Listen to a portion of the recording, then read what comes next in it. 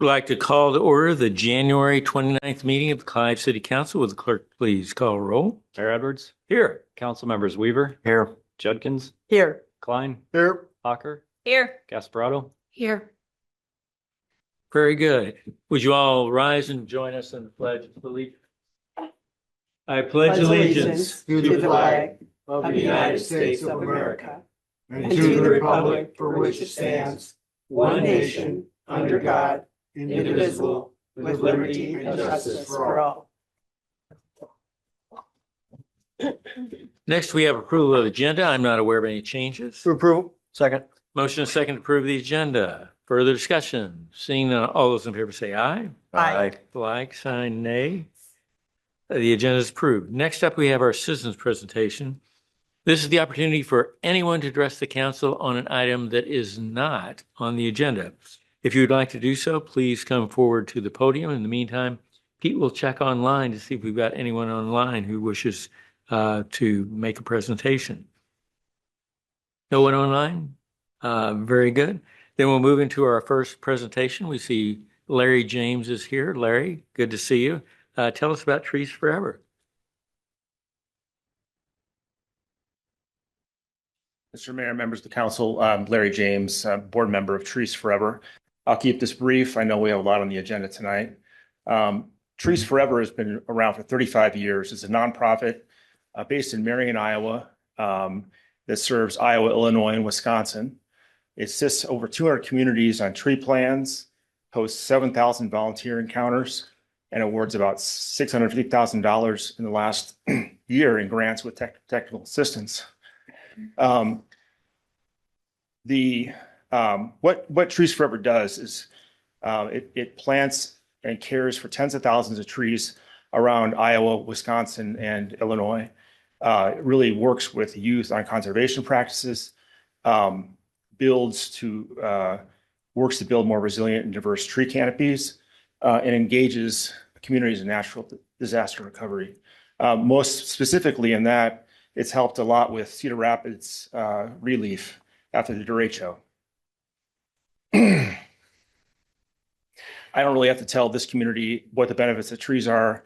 You can see it in your logo. You see it what the practices that this council has adopted.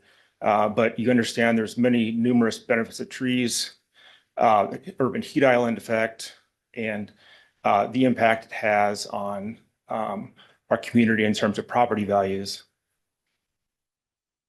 What I'm really here to talk about briefly is 1 million trees, Central Iowa.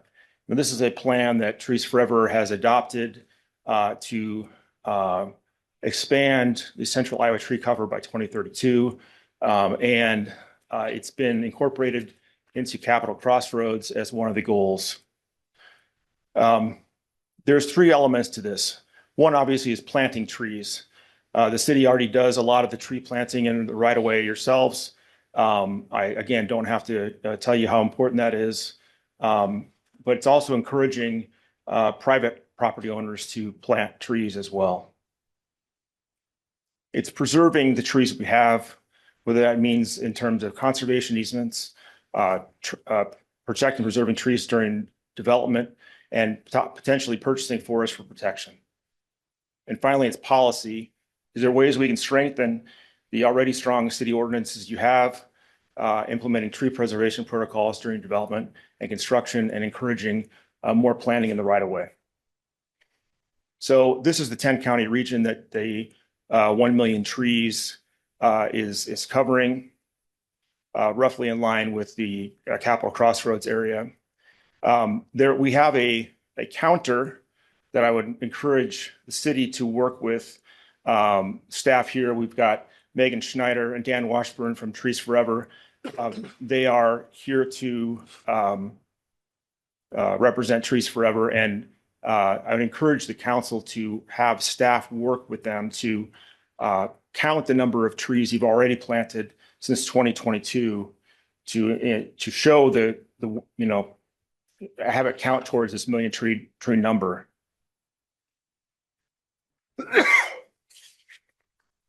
One of the things that we do is last year we had a tree giveaway in Des Moines, but that was for folks throughout the metro. We gave over 1,200 trees away that day. We do volunteer opportunities throughout the year. We employ a youth aged 14 to 18 to plant and care for trees right now in Des Moines and West Des Moines. Possibly that's something that Clive could look at as well. We have incorporated Green Iowa AmeriCorps. And then folks can volunteer as tree keepers for their blocks. Here's our Des Moines Metro team. Megan's in the audience. And that's it. But I'm basically here again to thank the city for your leadership and in what you've done already in tree planting. And encourage you to have staff work with Trees Forever directly to see how else we can help the city on a volunteer basis to further enhance what you guys are already doing. So, thank you. Thank you, Larry. Any comments? Yeah. Ed? Yeah, thanks for being here, Larry. So the million goal is a, a pretty high goal there. Ambitious goal. When is the deadline for that? Well, we've set it we set it 10 years starting in 2022. So Okay. if you go to the website, there's a counter. We're up to about 50,000 right now. So, I mean, it's aspirational. Sure. Obviously, it's aspirational. But I think that it's not unreachable. A lot of these can be, like the city of Des Moines hands out, those tiny trees. Mhm. It doesn't have to all be the big trees. Cost is always a factor, obviously. But I think, again, it's not just cities doing this. It's with city dollars. It's private property owners doing it with their own dollars. That's what I was just going to ask. Is that number include both private and public?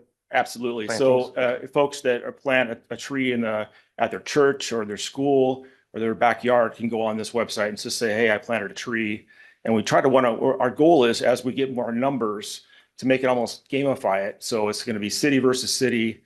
Right now you see West Des Moines on there. They've got a lot of trees. Des Moines has a lot of trees. I'm sure Clive has a lot of trees. You just have to put them on the website Sure. and just go from there.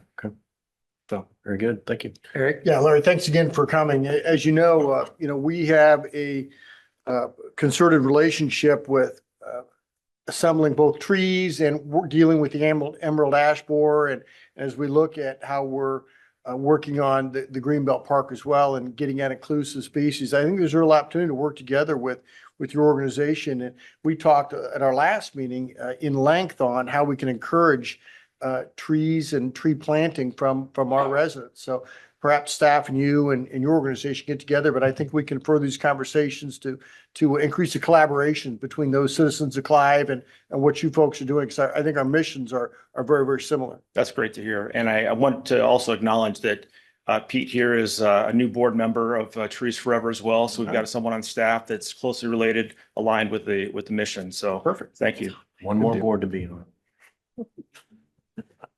Pete, anything you want to add? Or Richard?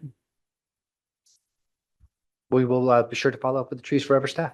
And I think you're honored to Councilmember Klein's point in terms of the volunteer opportunities that we even talked about at the last council meeting with our parkway trees in terms of replanting along those parkways. I think that could be a nice opportunity for a volunteer project with the property owners as well as Trees Forever as an organization, because we know we need a lot of trees to replant along those parkways. So I think that could be a nice opportunity to partner with. Very good. Well, and as I recall, we were approached about this a few years ago. I actually thought we did start partnering with Trees Forever. So I'm glad to have it brought up again. And with Pete's involvement, that should ensure that it happens. So hopefully we can go back and recapture everything that's happened over the intervening years and count those trees too. Okay. Very good. Thanks again, Larry. Appreciate you all being here. Next up, we have library fine free program up. Stephanie. It'd be her electric laptop. Good evening. I'm supposed to find the presentation. It's already open on there. Just to hover over the PowerPoint Got icon it and right pull it there. back up. Okay. Thank you for having me. We love to talk all things fines and fine free in the library. So this is our update for this year. I push the side arrow or the up arrow? I think you can use the space bar or the right arrow. Okay. Oops.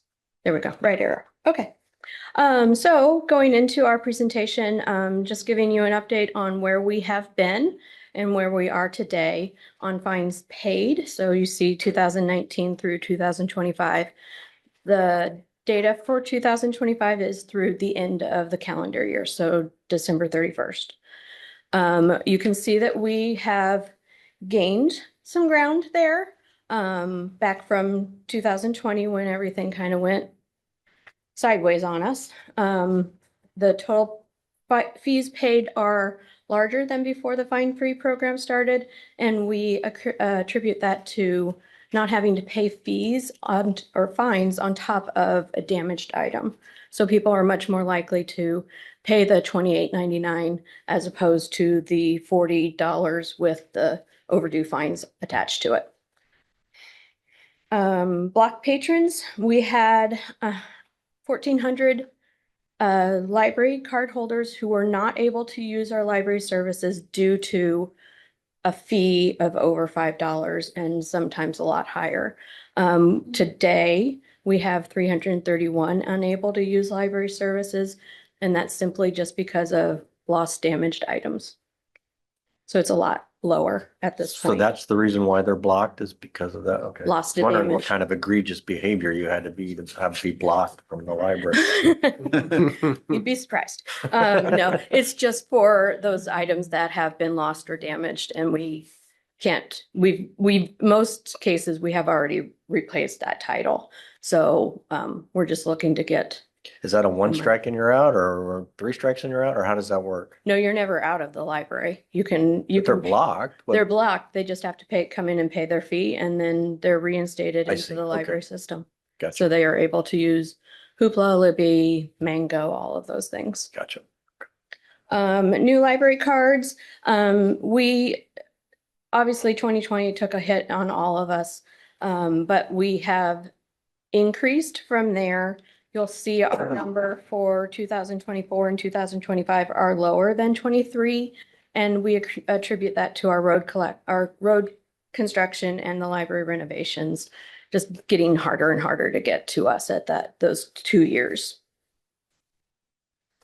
Library visits, again, the number kind of took a header down for 24, 25. Again, those are it's challenging to get here when the road is blocked. It's challenging to get here when the library isn't here, we're closed, etc. We expect those numbers to come back up in 2026, just because we have a beautiful new library and we love to show it off. And it's just so much easier to get back to us. Oops, sorry. Yearly checkouts. Again, we took a little bit of a hiatus in 2025.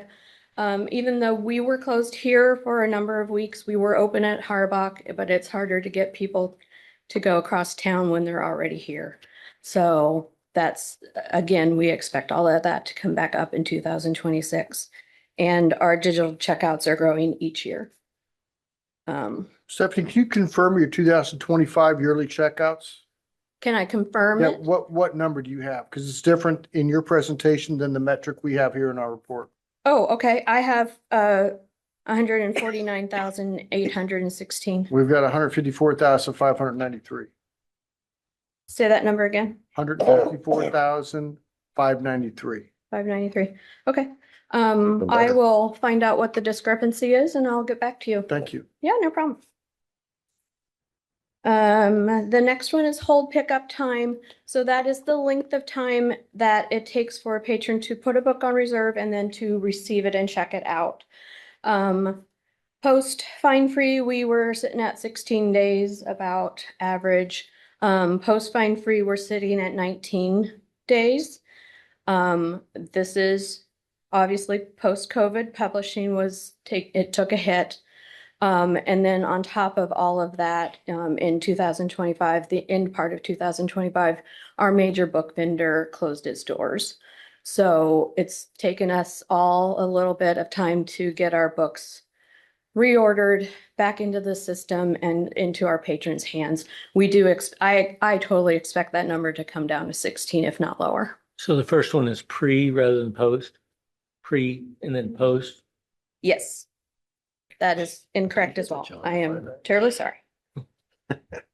And Stephanie, that's physical books only, that's not digital hold Correct. times? Okay. Correct.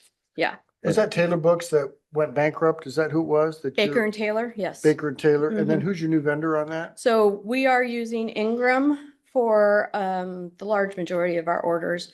Amazon actually has stepped up into the library business books or library book business for us. So according to my adult collections, they are that much cheaper than on Ingram. Ingram is about 25 to 35% discount. Amazon is offering us a 40 to 45% discount. So we definitely, if you ever are here on an afternoon, you will see Amazon bring in their little totes. And I had two gentlemen carrying in totes yesterday.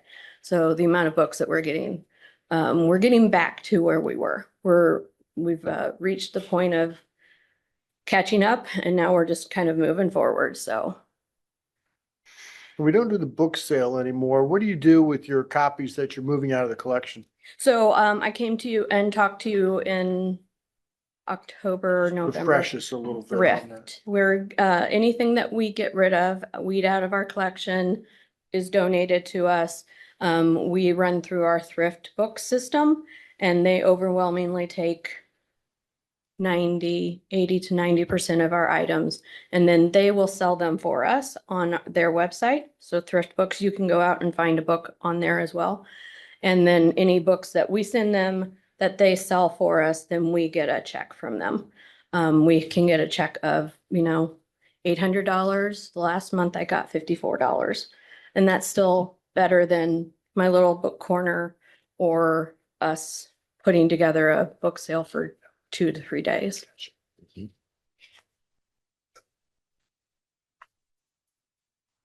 Lost items in 2022 and pre-2025, we can be in the triple digits there on items that are lost and not returned to the library. Today, we're sitting at 94 items, and that is a huge increase or decrease from the years previous. So we're getting those items returned to us back into the circulation system and into the next person's hands. What year did this program start again? 2022. Two. Yeah. So do we have these numbers when we were doing the fines? Mhm. Because I didn't see that in the report. No, unfortunately, we do not have that data. And it's not even a report I can really pull for titles that were lost. What I do is I have a spreadsheet that I update every day of items that are overdue, billed, lost, etc. So this is how we know this information. So I can't go back in time and run that report. Did we not keep those numbers back in before I'm 22? I'm sure that we did, but it was not. I'm sure it was more of an analytical, oh yeah, we've lost, whatever titles. But this is hard data that we have been keeping track of since we went fine free. It would just be nice to know what it was pre-fine free, Right. right? So. Yeah, That's what I was thinking too. What's the differential on that? yeah. I can certainly reach out to our circulation system, but I do believe I was asked this question last time we came and they were not able to find that past data. But I'm happy to ask again. The only thing I would like to mention about lost items is we've changed the way we do our notices procedure. So in past, you could get 3 overdue notices emailed to you. As of October 31st of 2025, we did a sample of items that are 3rd overdue notices, and we mailed those out. So it's a physical copy going out to you that says, hey, this book is overdue and you need to get it returned. On the day of the 31st, We had 22 items or 22 patrons that we sent the notice to. And of those 22, we got 21 people returned their items. So overwhelmingly, that was a success. And we have since continued on. And I counted today, and we have had 209 titles returned to us since October 31st. So those items could conceivably have been billed, and we would never have gotten that item back from them. So a good success. We like that. Reactivated patrons. These are people who had fees, large fees prior to Fine Free, and some of them have been reactivated. So, you know, in 2023, we had 24. In 2020, in fiscal year 2026, we had 0. That's about par for the course. When you go Fine Free the first couple of years, you get, oh yeah, here's all my stuff. Here, I just want to get back into the library. Now we've been Fine Free for a while, and those people have probably moved. Some of them unfortunately have died. So those items just are not coming back. Sorry, again. The lost items returned are titles that have been brought back to the library after they were paid. Items that were brought back to the library after they were paid for the lost material. So 23 titles have been returned to us in fiscal year 23, which is good. But once they're paid for, we don't offer a money back system. We're happy to take that item back as a donation, but in most cases, those 23 items were probably repurchased and already on the collection, on the shelves for people. So we're happy to take the item back, but it's not of dire need to be back into the system. Most of those go back on the shelf, or do you not need the extra copy? Some of them will, like we could conceivably take some of them over to Harbach just because we don't have a copy over there. But like I said, most of these items have already been repurchased and are circulating in the Clive library. And then the next thing we have is any questions that you have. Questions for Stephanie? So, I was very skeptical of this program at the very beginning. Yep. You know, I'm happy to admit that I was wrong. The numbers look good. The one thing that I would like to see, because I know one of my concerns at the time was, are people going to just keep the materials and we'll never get it back? And so without knowing kind of the numbers it's kind of hard to do that comparison. The rest of the numbers look good. So I you know, kudos to you guys for coming up with this and for tracking all the information, because that's been important to us as well. So Yes. I appreciate that. If there is a way to figure that out, and I don't want you to spend a lot of time on it, but if there is a way to figure out what those numbers are, that would be nice to know that at some point. I can certainly reach out to our sales manager and see if he can hook me up with a report that is used. But yeah, I can. Yeah, I certainly shared reach out. Ted's skepticism. I remember we talked about this a number of years ago, and, you know, so I was a little concerned then, but clearly the numbers speak for themselves, Stephanie. So good job for you and staff, reflecting that, you know, usership is up and that all the right trends are hitting. So great job. Thank you. Susan? The Clive Library is my favorite, but I do use multiple libraries. And I've noticed that they're doing the fine free approach as well. So I'm glad that we are. The other libraries are as well? Yes. Are they? Yes. Okay. I meant to ask Not that. West Des Moines, I don't think. West Des Moines, I believe, are in talks. Okay. Yes, Not yet. they've told me that they are. Yeah. I am curious, one thing the Des Moines Library does, for example, is hot titles, no hold. So if you find something that's very current on the shelf, you can check that out, but it has to be returned within 2 weeks. Are we doing that? It's definitely something I have talked to library staff about. Some people are a little hesitant on it. I really think it would go well.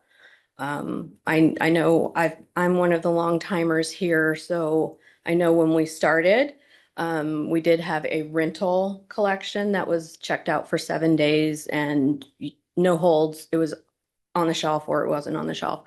But we were brand new, so nobody really needed to use that. I think 25 years flash forward, I think I would love to start that collection again. It just works out pretty well when there's a popular book, so you aren't holding that so long. Yeah. Sure. With other people waiting for it. Makes So sense. Yeah. I like it. Yeah. Yeah. Any other questions? Very good. Thanks a lot, Stephanie. Thank you. All right, next up, we have consent items. Move approval. Second. Motion second on the consent item. Any further discussion? If not, will the council please vote? And will the clerk please post that vote? And consent is approved by a vote of 5-0. Next up, we'll take a look at our first action item, purchasing furniture for our new facility. Richard. Thank you, Mayor, members of the council. Tonight represents the next step where we get a little bit closer to getting people over at Greenbelt Landing. So what we have before you is the furniture for the Creekside Pavilion, and we're excited to get moving on that order. There are images in the packet, but if you want, Matt can bring them up.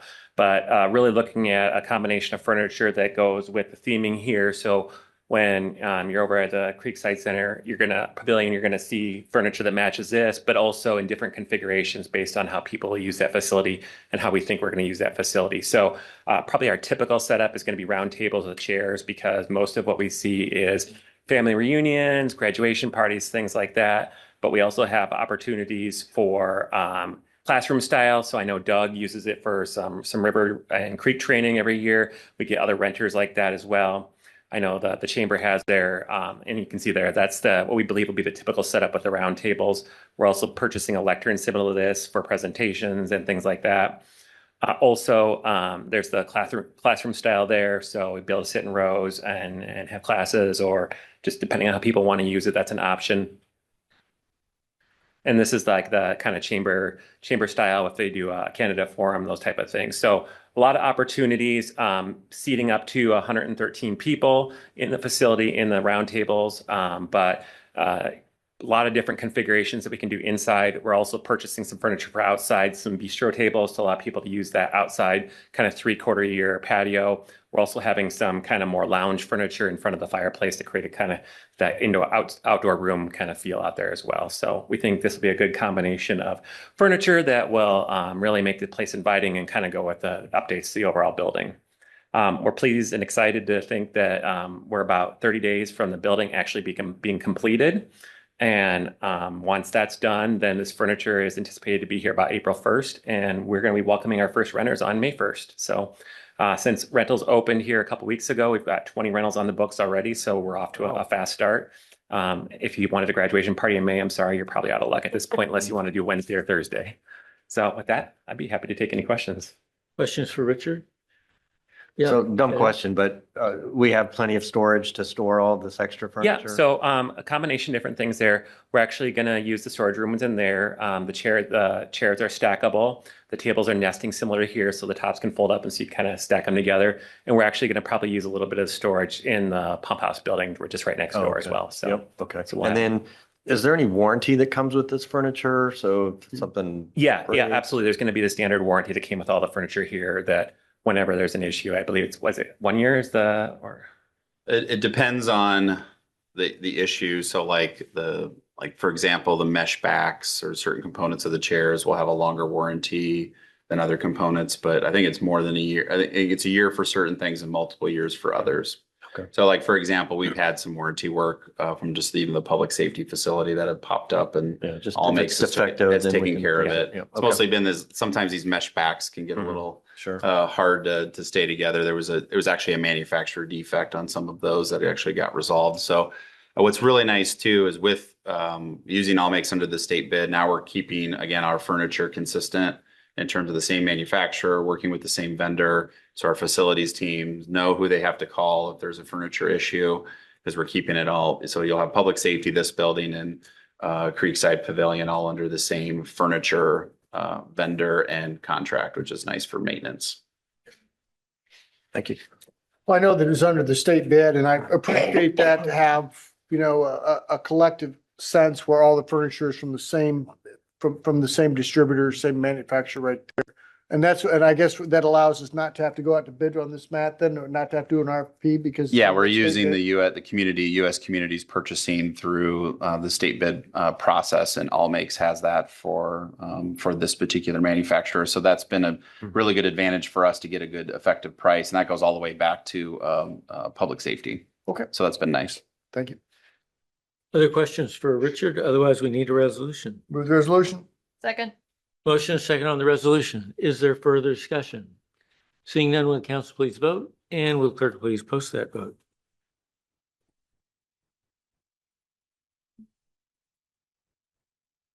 And that passes by a vote of 5-0. Next up, we have our community engagement strategy. Pete. Thank you, Your Honor. One moment.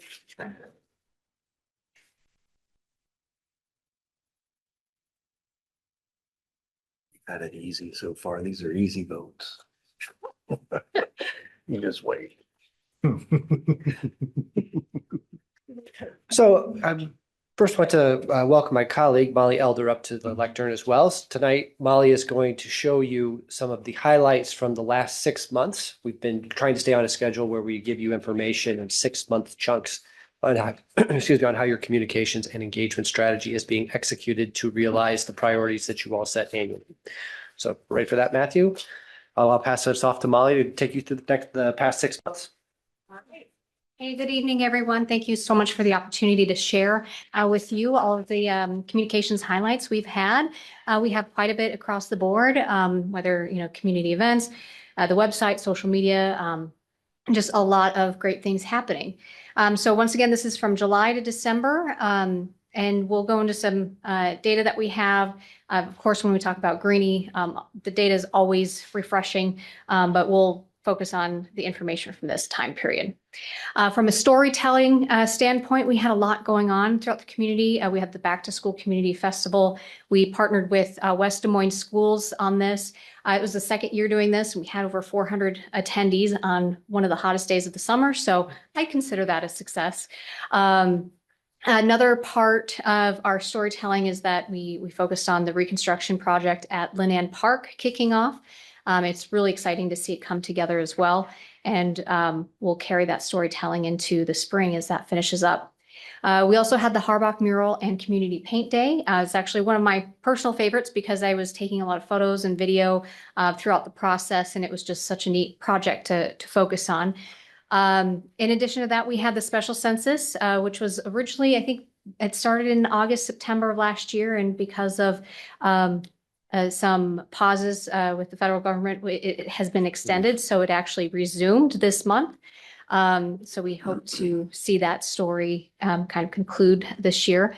Another big story for us, all the construction updates that we've had along Alice's Road, Hickman Interchange, and the City Hall renovations as well. And one story that we started last fall was just safety guidance and just kind of responsibility of e-scooter and e-bike users. So we'll ramp that up again this spring, especially if we start getting a little bit more guidance,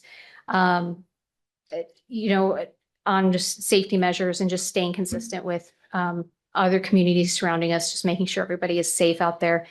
Then another big story that we had is with our 2024 resident satisfaction survey. It was factored into the 2025 Holco Awards.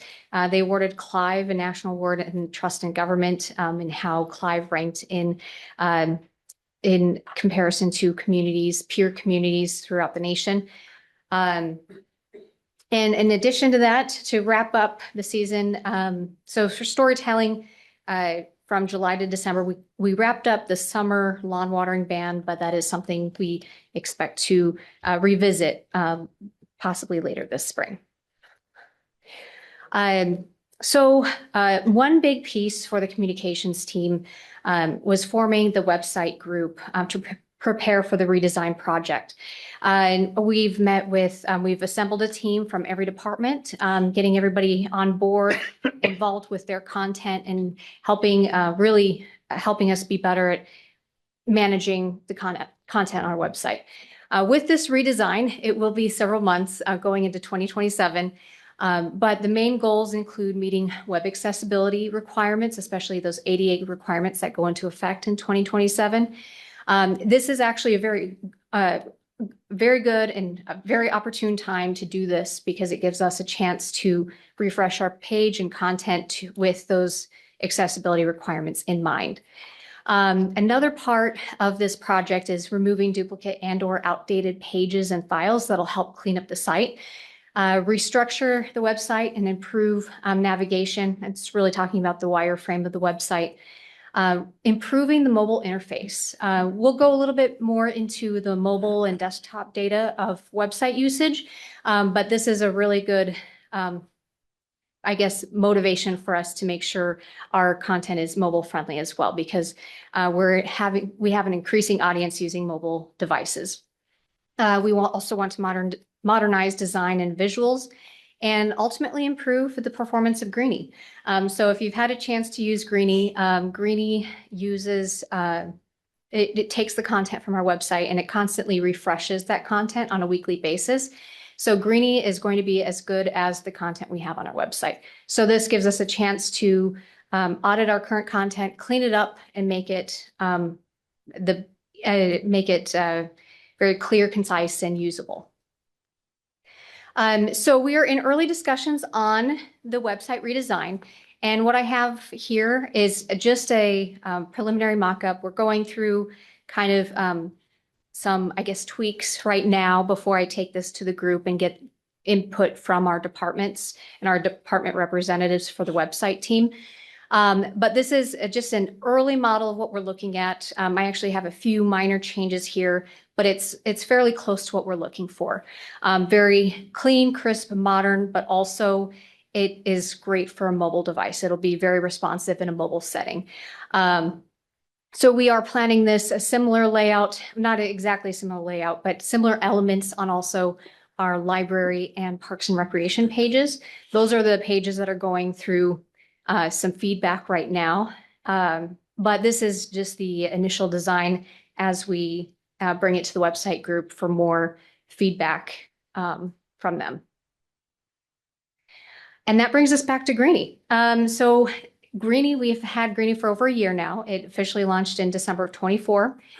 And the total number who have used the service since December of 24, over 3,624 citizens have used that service. Now going into, I guess, chunks of time from July to December, we used the service for 36 text alerts. And most of these alerts focused on construction closures and weather events. Those are the ones that impact people's daily lives. So it's great to have an immediate service like Greenie where we can issue out those texts as well. We used Greenie earlier this week for temporary road closures. So that was very useful to have that tool. And since December of 2024, total text alerts we have sent are about 87. Just to kind of give you an idea of how often we use it within that year timeframe. And overall, we've had over 4,978 engagements since the launch. And keep in mind, this data was pulled like right at the end of December. We've had a lot more data come in since then. And that's the nice thing about the Greenie dashboard is that I can see in real time what questions are being asked and how people are using it. What's an engagement? Pardon, engagement, that is anything from asking Greenie a question to responding or following up with another question as well. So that's what an engagement is. And that's Why is that higher than the total number of people who use the service? So the total number, that's a great question. The total number of people have used the service, but engagements, one person asking 2 or 3 questions. Okay. So just repeat use. Gotcha. Okay. Thank you. And this is our quarterly dashboard that we use just to track Greenie's progress, just to kind of give an overview of what we're seeing. It gives us from September to December total residents engaged. We see with engagement and total communications, we see it fluctuate throughout the seasons. It picked up quite a bit during the summer last year, especially with the lawn watering situation, but also with aquatics events and Clive Festival. It really picks up in the summertime. So having that year of using Greenie, it's giving us a sense of the seasonal fluctuations and how people are accessing our information. It's a great breakdown of how people are using the web chat versus text. Either way, they still use the Greenie chatbot, but a lot of people, whether they're using a desktop or mobile, they like to use the web chat that they see pop up on our website. Most popular topics include the utility bill, garbage and recycling, spring cleanup. We actually started getting questions about that back in the fall, inspections and permits, and recreational areas. So this just really helps us understand what users are coming to the site for and if we're able to answer their questions. I really like using Greenie in addition to Google Analytics because it helps to give us a little bit of that qualitative data on how people are asking questions and what topics they're really focusing on. So once again, on the right-hand side, we have just the breakdown of since launching from 2024 and the alert signups as well. One thing that I would like to emphasize with Greenie, Greenie alert signups really get a boost with winter weather events. And it'll be interesting to see if we have another winter weather event to see if we get another boost in alert signups because people really like to get those winter weather ordinance alerts as well. But it's one of those things that sometimes it is event or weather related that we get those opt-ins. So just out of curiosity, why is Polish one of the languages? Do we have a big Polish population here? That's a great question. With on the full dashboard, I can see the breakdown. We've only had maybe one or two queries come in Polish. Oh, so the query comes in that language and it responds? It does, yes. Oh, I see. Okay. And that's the great thing about having this multilingual tool. A user can insert, Greenie will pop up and say hello, but if somebody responds in a different language, Greenie will use that. And I believe it's over 70, it's at 75 languages right now that it can operate in. Can we track that? How many cues on each particular language? Yes, we can. We do have so I have looked at the language breakdown. I haven't seen any major trends. I have seen a few users ask in Spanish, but I haven't seen it to where I can really give like really solid numbers on that other than, ones and twos, especially on like the Spanish, French, and Polish. So how does a user know that it can use a different language? Does it pop up in more than one language, like hello? I can't remember. Oh, that's a great question. So the initial greeting that pops up with Greenie, it is in English, but users can respond in another language. I'll have to revisit that greeting. We can always change that greeting to say something, maybe a keyword that is universally acknowledged to imply that it's multilingual. So. When you initially sign up for the text service to receive the text, you can indicate at that point what your preferred language is. Excellent. Yes, thank you. So that's why it is a really cool tool. I have marketed it as a multilingual tool, but we haven't really caught our momentum with that yet, but it's something I do hope to take into this new year and really promoting the benefits of Greenie as well. All right, any other questions about Greenie? All right. I will say this last week, it was interesting. We got a lot of queries through Greenie about the road closures and other events happening this week. So it really helps us real time to see how people are coming to our website trying to find out that information. Especially during winter weather ordinances, I see a lot of questions pop up asking when the ordinance is in effect or when it's lifted. Yeah. All right. So with Greenie, as we mentioned, Greenie works hand in hand with our website. So I have just a brief snapshot of our City of Clive website, our Pretty Parks and popular, Rec made the and top 10. library website as well. That's impressive. Have any questions? Oh, We're up there. Well, that's true. Yeah, we're more popular than the mayor. all right. So The snapshot that I chose here is just kind of the top 10 pages visited during this time frame. When you look by specific time frames, you can see spikes in traffic.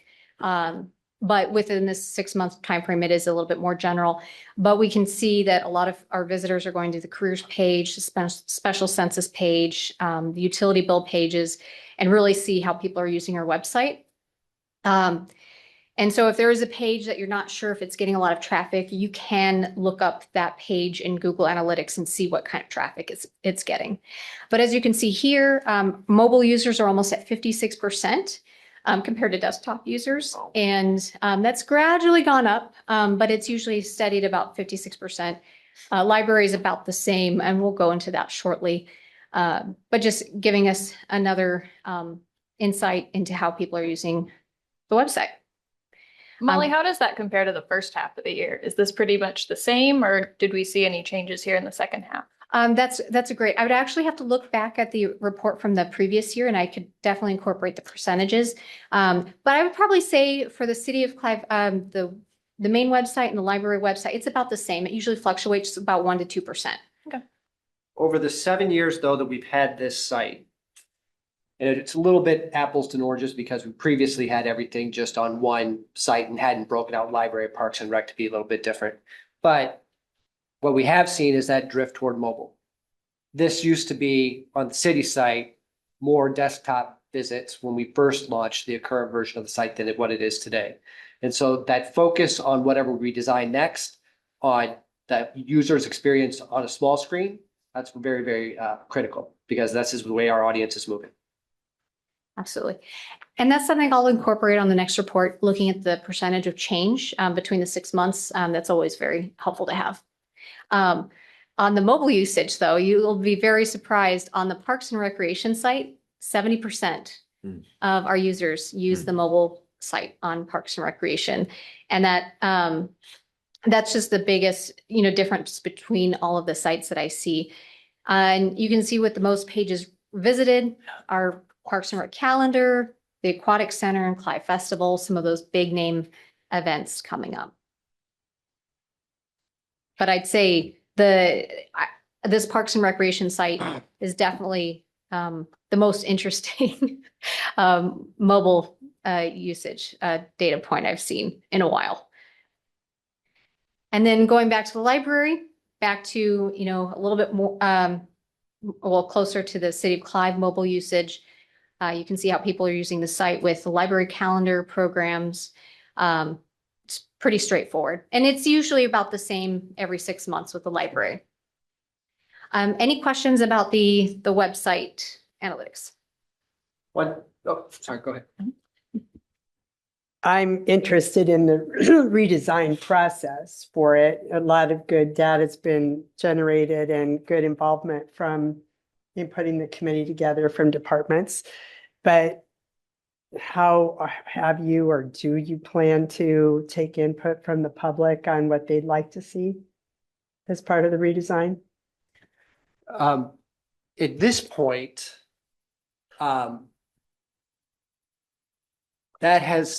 we've not considered that. So we welcome that recommendation. There are some things that I think are appropriate to talk about with residents. If we get into too much design by committee, we're going to end up, I think, getting bogged down. Yeah, we're even sensitive to that when we think about how big our internal team is when we do this.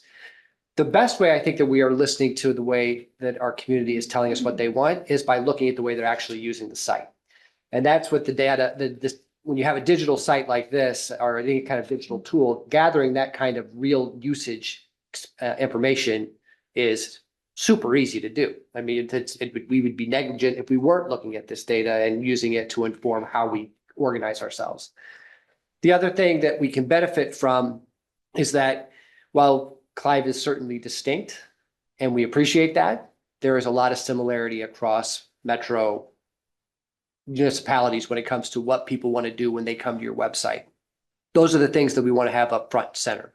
Those are the things where we want to have a button that you can touch because you're going to be on a small screen and you don't want to have to deal with a drop down menu or something like that. You just want to be able to touch it right away and go directly to the spot. The other thing that's we are seeing, and I think this actually would be really interesting to know more about if we're able to do it. With all this data, you have more and more folks who get it without ever coming to the site.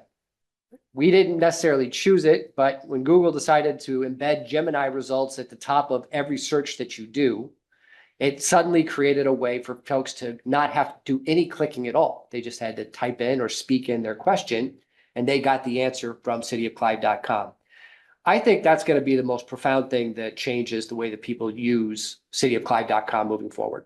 Do we get those metrics from Google when that happens? When they're pulling information from our website? I have not come across it yet. I haven't either. But I will look Interesting. into it. Yeah, that's an interesting point. So think about how that changes the whole game. We started 7 years ago thinking about search engine optimization and really putting the pages up there that were going to be most accessed, pay your utility bill, parks and rec information. How does that sort of strategy need to change now, knowing that a powerful AI tool is going to scour everything, right? You may remember from the presentation I made last week on, just typed into Gemini, tell me why the city of Clive has a herd of goats. And it came up with a extremely good and detailed and accurate answer, including all links and pictures of our own goats. That nobody had to go to cityofclive.com. Well, I suppose you can tell where people are finding a pinch point by seeing what the queries are, where they're not able to get there directly. Yeah. In my case, I don't think it's very easy to get to some of our calendars. And so that would be some feedback I would give, for example, just in general. So I'm guessing that you have people who use the website who might want to offer a suggestion if there's a way to do it. Not that you have to invite them onto the committee, but Put it take in the some feedback. newsletter. The calendar point is really important one, and it's a known pain point for us right now. The reason it's a pain point is the most popular calendars, this is a really important thing to note here too. If you look across City of Clive in the last 6 month active users 38,000. Library 15,000. Active users on the Parks and Rec site 41,000. That's that second column. And the views, if you look at that, well over 100,000 views there, and short of that on the city site, short of that on the library site. I bring it up to say that Parks and Rec website, when you think about how the city of Clive is building its narrative, its brand, creating positive experiences and touches with folks, you may not immediately think Parks and Rec, but if you're going by what you see here in the website data, it is Parks and Rec and library. You put those together and it completely dwarfs what we do through the city site. And so making sure that we continue to invest there in that storytelling, I think will take us a long way to keeping that trust high and that confidence high among residents and businesses and surrounding folks who use our services. All right. Excellent. Yes. And that's tying back into the AI piece, just knowing that AI is constantly pulling information. That's where this website redesign is a really opportune time for us to look at our content, clean it up the best we can to make sure, whether it's Greenie or whether it's Google Gemini, the information that it's constantly pulling is consistent and accurate and clear and easy to access. Any other questions about the website or website redesign? All right, excellent. So this wraps up my last slide, but for media coverage, just kind of a variety of stories that have been featured through local outlets. We had the Clive Festival, the city's investments in parks and roads, the 2025 council races, Halloween moving to October 31st was not only a big story for us, but the other metro communities as well. We have the Harbach Center mural, the Polco Trust and Government Award, and then finally the Greenbelt Landing project milestones. And here's a picture of the playground equipment going in. Our Parks and Recreation team, they've done a great job of providing updates through their newsletter. And so we wanted to promote those updates and really keep the conversation going about Greenbelt Landing and just helping keep that momentum going into the spring as this project wraps up. All right, that wraps up the just media highlights and overall communications highlights from the last 6 months. Any other questions? Thank you, Mom. All right, thank you very much for your time. Thanks, Mom. Don't run off too far because I'm gonna need your help with these next questions too. All right, so let's switch over and start talking about what we'll be doing in the next 12 months to realize the council's strategic priorities.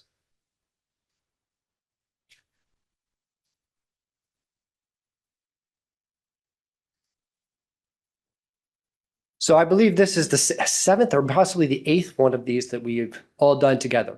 And I find this to be a wonderful process because it helps us make sure that if we are on track with all of you, that we are building a strategy you believe is going to help accomplish your strategic priorities, we get that confirmation and we take off and we run.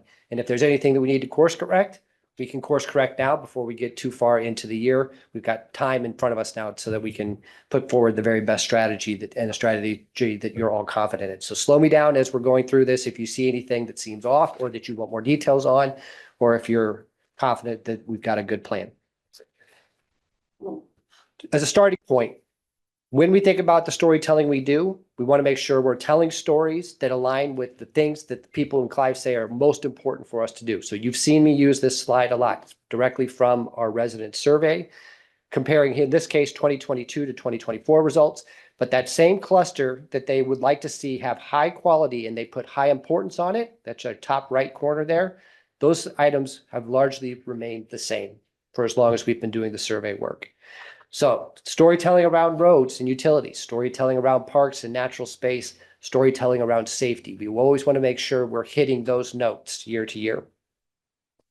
The other thing that's true about any of our storytelling is that it must be done in a context where people have trust in us as the people providing information or asking them to take action or providing opportunities.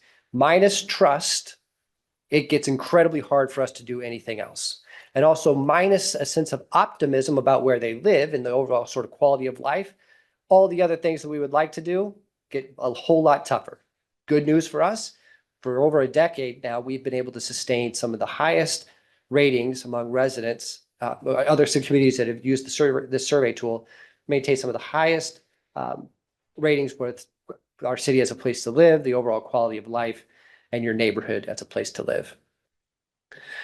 And we continue to be resilient. We know that there are downward trends in a lot of trust levels for public institutions, but Clive has been able to sustain very high trust in the community. It's something we should all be very proud of. You've seen me use this slide multiple times. It's a reminder about the relationship between the quality, the way that we are engaging residents and sort of bringing them into sort of a decision-making process or consulting process, and the effort that takes versus when we're purely informing people. Most of the storytelling we do in Clive, we're over on that far left-hand side where it's inform. And the difficulty or the resources necessary to do that informing, while they can be high, typically don't end up being as high as the resource and the lift necessary for what you see on the far right side, where you're collaborating or actually having people directly participate in decision making. We can do it anywhere along that spectrum. We just need to be cognizant of the resources necessary as you move further and further to the right. Here are your strategic priorities from this year's strategic planning. This plan is built to advance what you have prioritized. Year to year, we're always going to have some that, though, are must-dos. And the one that is at the top of that list is our CIP and budget storytelling. Matt has been working very closely with all of you, one-on-ones, talking about what's happening at the state level, what we've seen since the most recent property tax sort of reimagination, and what we know is something new is going to be replacing that probably by the end of this session. That's going to require us to continue to adapt. That's going to require us to keep telling that story about value for taxes paid, how competitive our tax rate is and historically has been in Clive, and ways that we're going to be preparing for the future through collaborations with other governments and other efficiencies that we can realize. You all talked about a lot of those during strategic planning this year. You'll see me bring them up in a couple ways here further on along in the presentation. I want to give Molly a shout out. Though since she joined the team, I think the quality of our budget and CIP storytelling has exponentially improved. We do videos in-house now talking about the budget priorities and challenges and decisions. We have incredible handouts now that have been copied by any number of municipalities throughout the state. The one at the bottom there was a sort of a fun solution that didn't take much lifting because we had a lot of help from some great AI tools, but that's the property tax calculator. And even this morning, I got another email from another community saying, hey, Pete, could you show you someone did that? We'd like to do it too. And we are always, always, always happy to share that information. Street stories. You are all continuing to make historic investments in the quality of Clive's transportation system, your transportation infrastructure. We're very happy to get a chance to tell that story. It resonates very well with our audiences. I'll hold up the country club story in particular. And I know Councilman Clyde, you have heard this directly from a number of folks. And I believe Councilperson Judkins, you've heard this from your neighbors as well. The asphalt overlays in country club, staying on that. This will be the third year in a row where huge sections there have been able to get that good treatment to take some roads that were really giving us trouble and put them in a better state. That's a great story to get to tell. And we appreciate the validation that we get from the country club neighborhood associations, the property owners associations there, as they echo what all of you have been saying and what we are putting out in other storytelling platforms with the city of Clive. The other two big ones, those huge, challenging projects right now, but that are going to be great when they're done. It's the Hickman Road interchange at 8035. And then the next phase of Alice's Road reconstruction. We'll have to communicate early and consistently because we should expect significant detours. We should expect significant traffic backup at different times of day as traffic patterns change. The good news, though, I hope with 8035 is that the phase we have just gone through required the Greenbelt Trail to be closed. And that has really affected, I think, the way that people have come to know how to kind of enjoy the space. It's been a real detriment to them in being able to enjoy it and connect to other spaces in Clive. That's been true for my family. We are pushing the DOT extremely hard right now and the WRA to say, we're going to open it once. Thank you. And when we open it, it's going to stay open. The date when we are doing that is still something that's moving around and it's weather dependent, but they understand that we are happy to be partnering with them on these important infrastructure projects, but we have to get this back open. So I don't want to promise too much while we're still months away from that being a reality, but I want you all also to know that staff is very much leaning on our partners to make sure we get this done right. Appreciate that. You bet. Park stories. Greenbelt Landing, we're going to have a fantastic event when we get to reopen that space. Richard, I believe we're focused on the event that will kind of be around the Clive Festival. Friday night at Clive Festival is when we'll have the sort of formal ceremony. But as you heard Richard say, the new Clive Creekside Pavilion. You got it. It's a mouthful, You Pete. got it. 5 times. So the pavilion will be rented before that, and I'm sure we'll have people getting into that space as it's safe and construction pulls back and we're able to open up more and more of the Greenbelt Landing. So looking forward to that. Just as much, we're looking forward to the ribbon cutting at Ledan Park with the new spray ground that will be out in the revitalized park area. You heard earlier this month about our engagement with neighborhoods west of Alice's Road about tree removals. Anytime we're touching trees, we all know that that requires special attention so that people are not as surprised as they otherwise would be. The Greenbelt Trail closers, trail etiquette, that's what I always want to do. And anything we can do to get people into that space and help get their help as volunteers to take care of it with tree planting, stream cleanups. We appreciate that as well. 86th Street activation, talked about Ledan. We also are doing our ongoing quarterly mailings with the school district. We'll have our next back to school event and then keep working on the voluntary buyouts.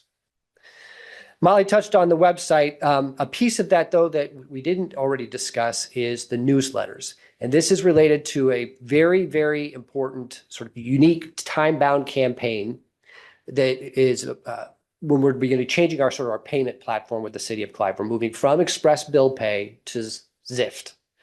Anytime we're dealing with people's money, we have to be careful. We have to be planful. This one's right in front of us. The transition over to Zift will be happening in some cases is happening now, but with the utilities, that is a late spring experience that anybody who pays an auto pay right now is going to have to get into a new payment platform and set up their account to be making their utility payments. What does that have to do with newsletters?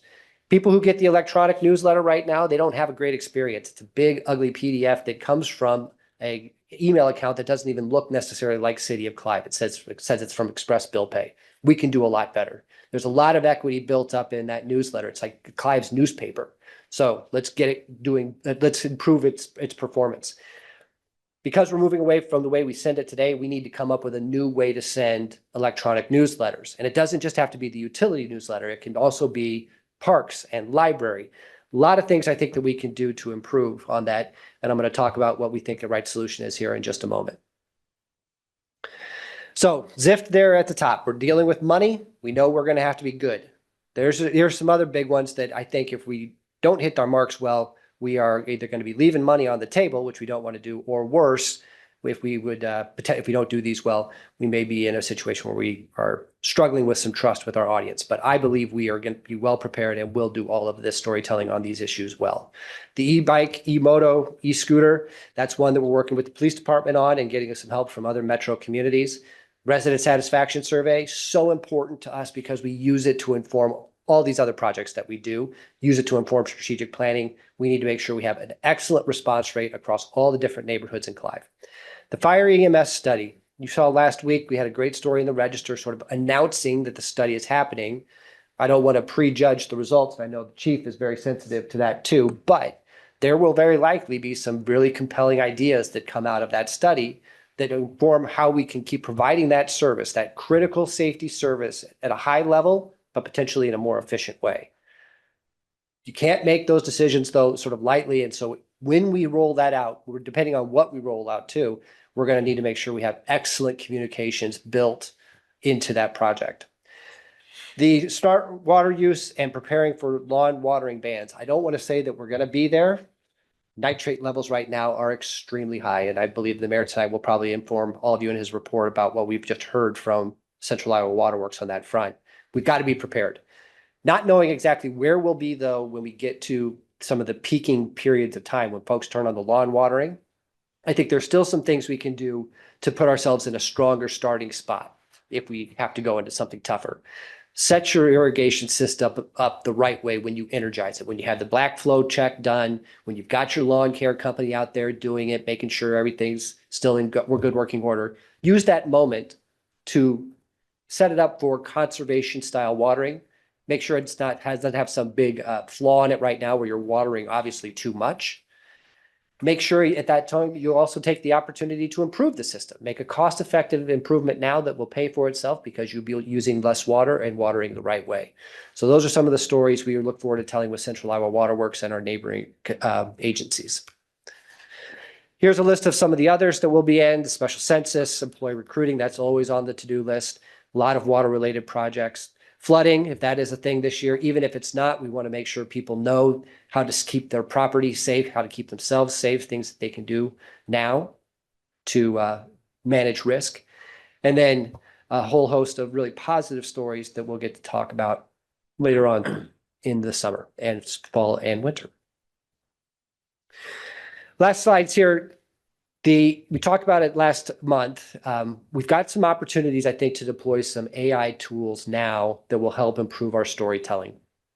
One that we believe will be able to fit as a budget amendment in the current budget that was going to be critical to our website project is the CityBot refresh tool. CityBot is what powers Greenie.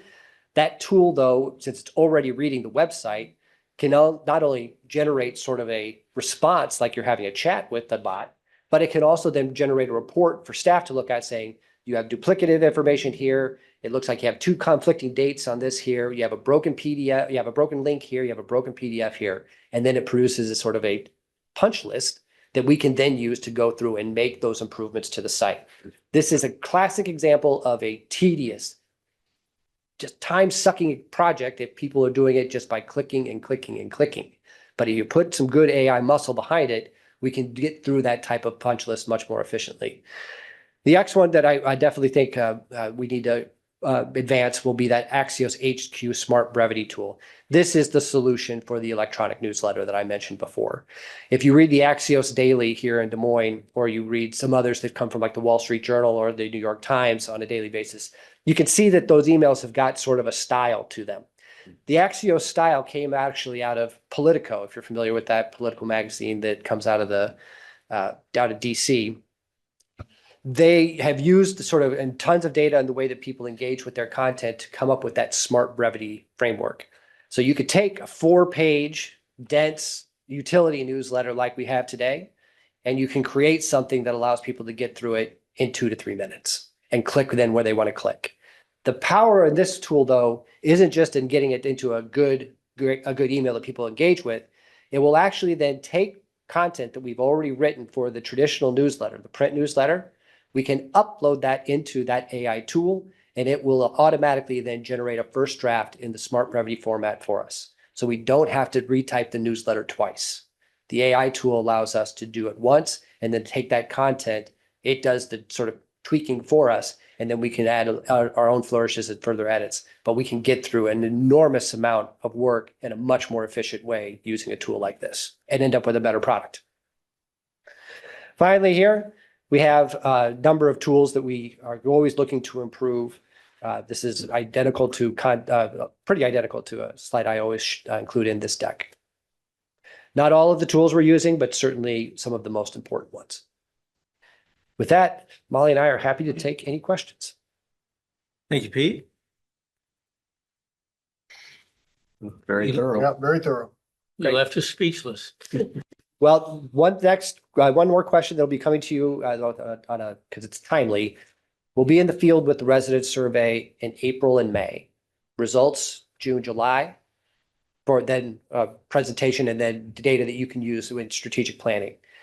We will have a chance to do the special question again, sort of 4 or 5 unique questions, and we haven't necessarily picked a single topic yet.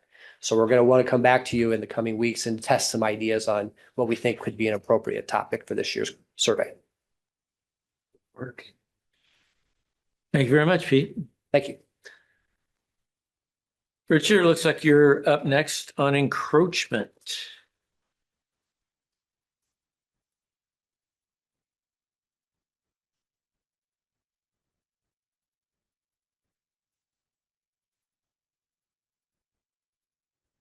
All right. Well, tonight is our first and kind of initial kickoff to discussing a potential encroachment policy. So what we wanted to do tonight is kind of introduce the item to you and kind of give a little bit of background on what we're seeing as staff out in the field, and then pose a few policy questions to the council to give us some direction. So then the hope is after tonight, we can take some of the information or even let you guys think on it for a while, give us some more feedback, and we'll draft a policy they'll bring forward for your consideration here in the near future.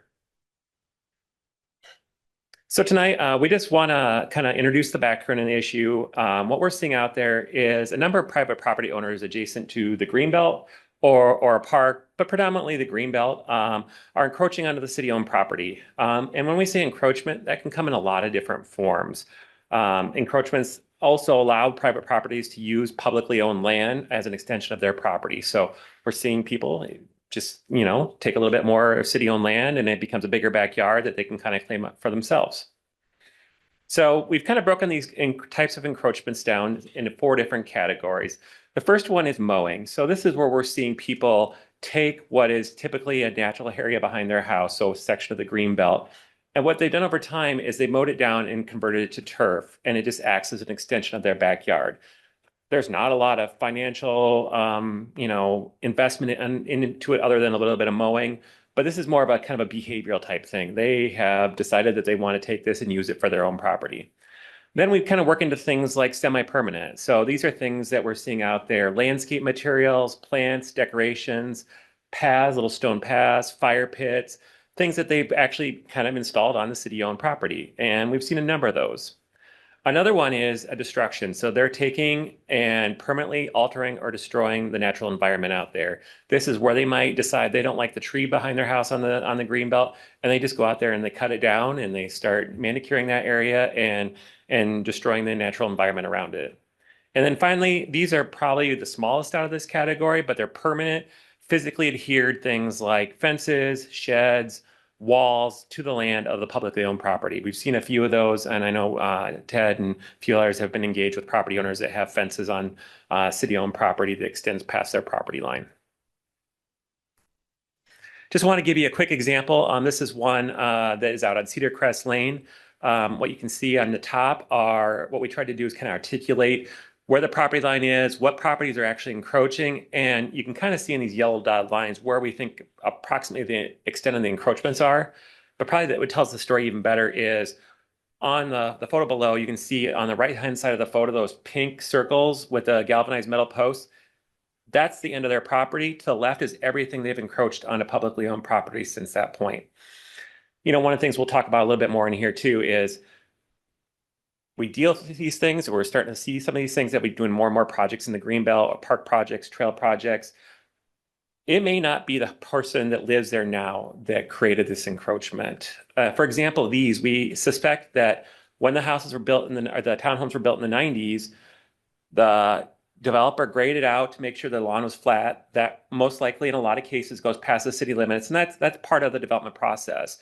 But rather than stopping with sod at the property owner's line, they probably just put sod all the way down to back to where they graded to make the homes ready for them to be available. So then right off the bat, this starts off an encroachment that is taking publicly owned property for private use. And so over time, this evolves, and here's where you end up 25, 30 years later. Here's another one here.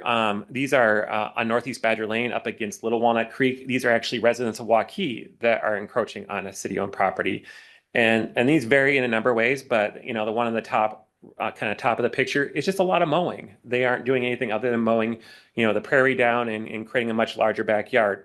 But as you work your way kind of to the bottom left of this, you have people that have fire pits in the publicly owned land. We actually have one that has created a path, a stone path that goes down a steep hill, down to the bottom by the creek, has a fire pit, and then they've actually put stones across Little Walnut Creek to the other side. So they've really kind of stepped up their game in terms of encroachments.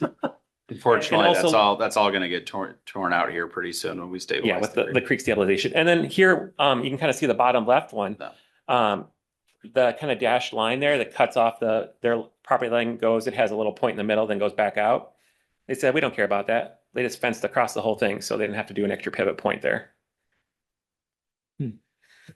So what we do right now, we try to do when we're working on projects. So when we worked out with Shadow Creek and our pond residents out there, when we worked with Circina Park, when we did Indian Hills Woods, we try to mark those properties with galvanized fence posts. So park staff works with a survey crew if we can't identify the original property markers. We go out and we put a galvanized post in, and then we put a sticker, just, you know, more of like an education process. What can you do on this property? And we kind of outline that and say, hey, this is a park or a greenbelt property. This is what you can do with that property. In most cases, it's don't destroy it. You know, this is for the residents and the people of Clive to use for different purposes. One thing we've also found, we typically ask people to remove those encroachments. We try to work with them as much as possible. And I would say in a vast majority of cases, we get compliance and people are, oh, we didn't really realize it. This happened before we were here. We're happy to do that. So I would say probably in 80% of cases, we're seeing people willingly do that. And I know we worked with Doug and his team, and if there was a fence that was too far past the property line, they give them a permit fee-free to get it in the right spot. So we try to work with property owners as much as possible here. But in the ones that don't want to do that or are resistant to doing that, there's not a good, clear legal path to do that to make sure we get those encroachments moved. We've worked with legal a little bit. I know Mark and Jeff T talked with legal last year, and there are some possibilities, and we've talked with police. We think there's some potential avenues for those more difficult cases if we want to proceed that way, but certainly we'll take a little bit of more work with the legal team and police to figure out how we want to approach that. So that kind of leaves us with a staff recommendation. So our recommendation as staff would that the council adopt a formal policy that does not allow any encroachments on the city-owned land, no matter how the encroachment came into existence. That's one of the things we've seen. Well, I didn't do it, so why are you going to make me get rid of it? Totally understand that's a fair, valid point. We also would recommend the kind of following policy framework to ensure success. We'd want a policy that's clear and easy for residents as well as staff to understand. The biggest thing we wouldn't want to get into with a policy is that there's gray areas that people didn't understand. Whatever direction the council wants to go, we want it to be clear and easy to understand. Same with enforcement. If you want to proceed with no encroachments in city-owned land, we want to work with police as well as the legal team to figure out what's the simplest way to make that happen. Also, we want to make sure that in this policy, removal of existing encroachments is outlined, it's clear for staff and clear for those residents to understand. And then ultimately, just who's responsible for what internally. So there's predictability for residents of who to approach, and for us as staff on how we're going to do that. So delineated roles and responsibilities internally. One thing I do want to say before we kind of move on to some policy questions for you is, under a recommendation like this, there is going to be some of those harder cases. They're the ones that are going to take up more time. They're the ones that are potentially going to engage legal fees, police help. So that will be a consideration we want you to make sure you consider when you're thinking about this and talking about this. Are those really hard ones worth the effort that goes into it? And what things that maybe might not get done on that? There's no way, we could take an estimate, this many staff hours per every hard case, this much legal fees. We could try to get that amount of money or that kind of dollar amount together, but it certainly will be a larger number on some of those more difficult cases if we decide to proceed that way. So we have 2 pages here of policy questions. We can go through them by one, let you guys kind of digest them, get back to us. We can maybe bring this back at another time if you need some time to kind of digest through that. But I think a lot of them really relate to, are you okay with encroachments on that city-owned property where people have done that? Do you want to have some gray area in between there? Or do you feel like it's best to get all those off the city-owned property? Another thing is, do you want to engage the public in a large dialogue about an encroachment policy? I would assume that if you ask the property owners that are backing up to the green belt and they're encroaching, they want you guys to have a lot of gray area. But if you ask the people that don't live against the green belt, if they want those people encroaching on it, I guess you get people saying no, they don't want them to do that. So I think there's a lot of opportunities, but also at the same time, you kind of open up a large can of, depending on what your interest is in the topic. We could also do some town hall meetings, maybe surveys. So there's a lot of different ways we can look at things like that.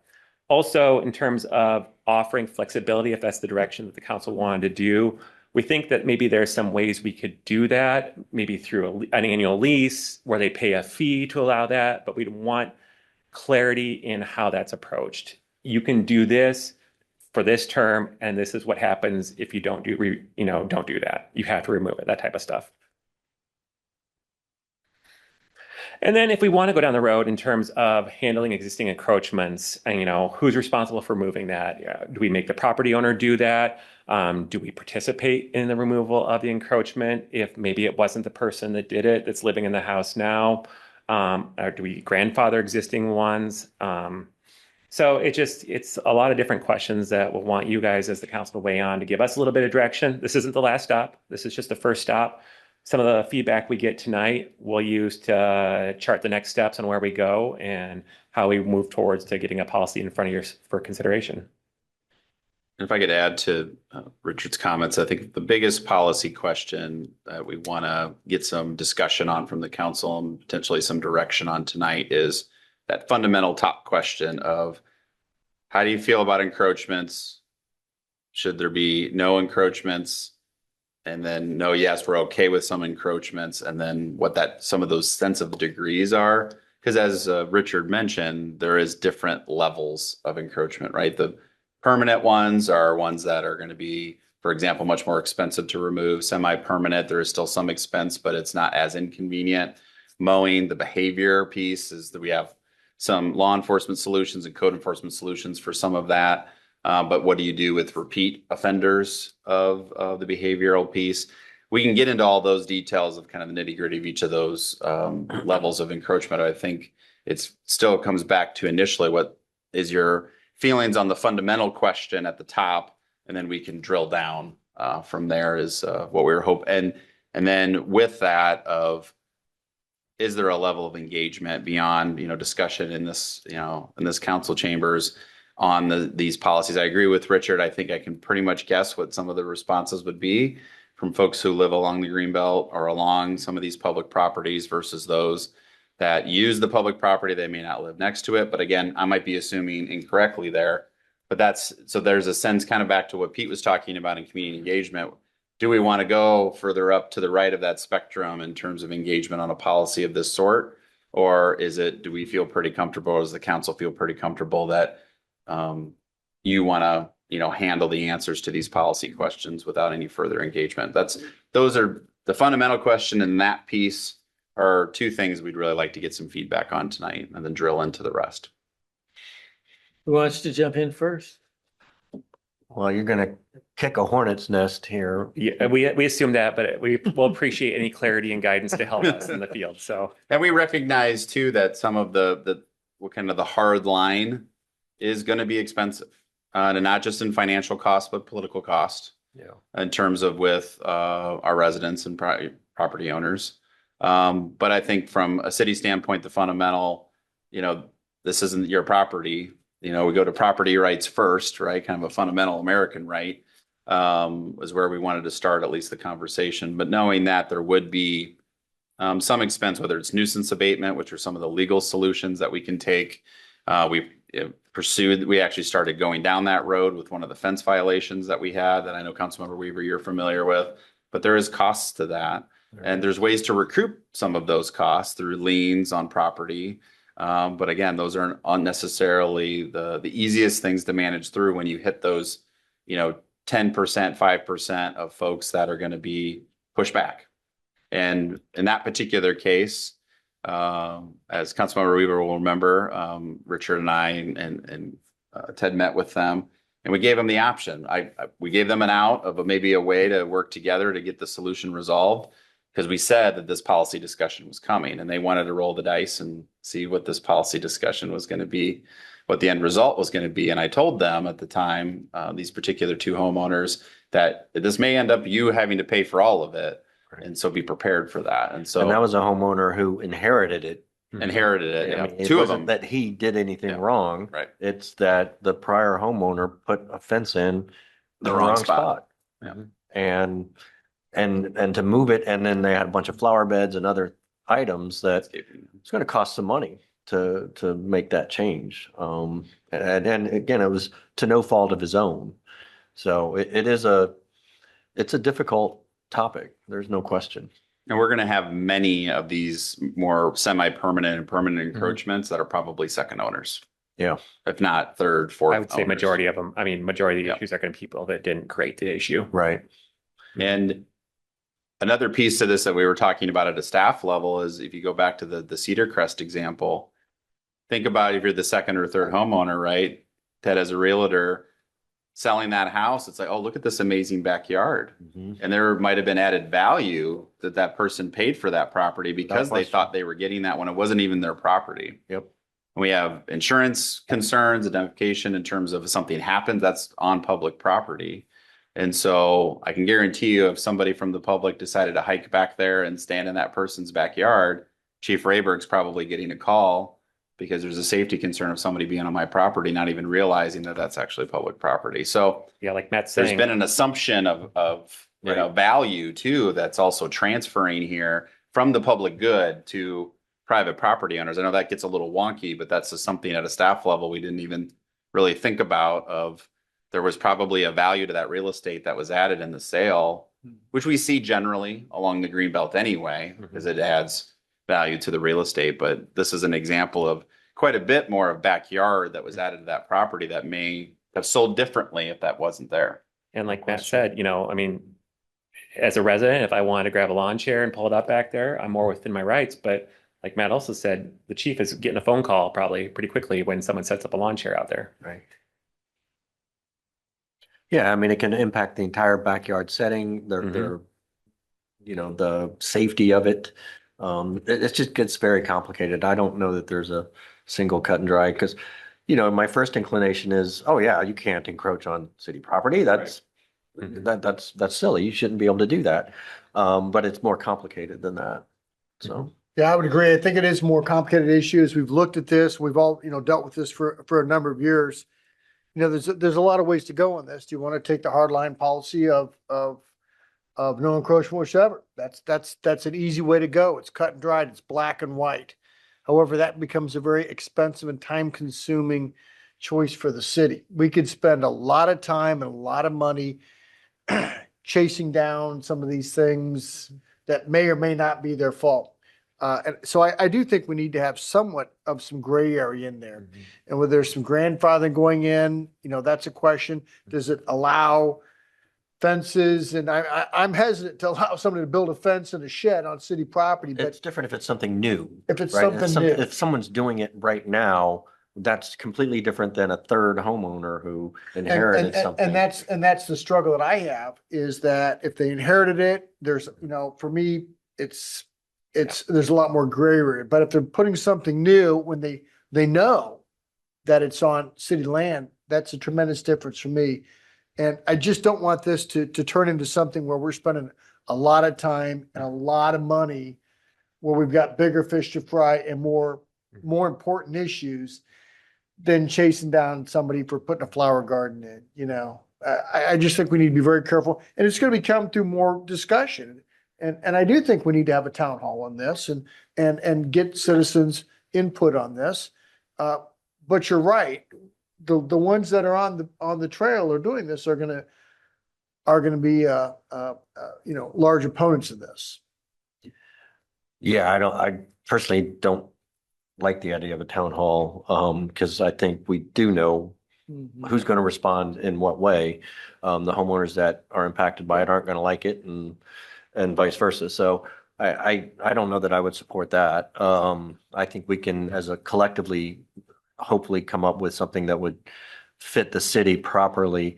I know I've seen some situations where we talk about behavior, and the homeowner maybe mows a little bit beyond their property line, but they may have a couple reasons to do that, because the city's not maintaining it on a weekly basis like they maintain their own yard. Yeah. And so they don't want that overgrowth abutting up right next to their yard because of their pets, or because of the bugs that come with it, or the weeds that could then get into their yard. So I think there's some legitimate cases there where I think we need to, as long as they're not putting in something that's permanent, or putting in a sprinkler head or something that should not be on public property, I think we need to have a little grace for something like that.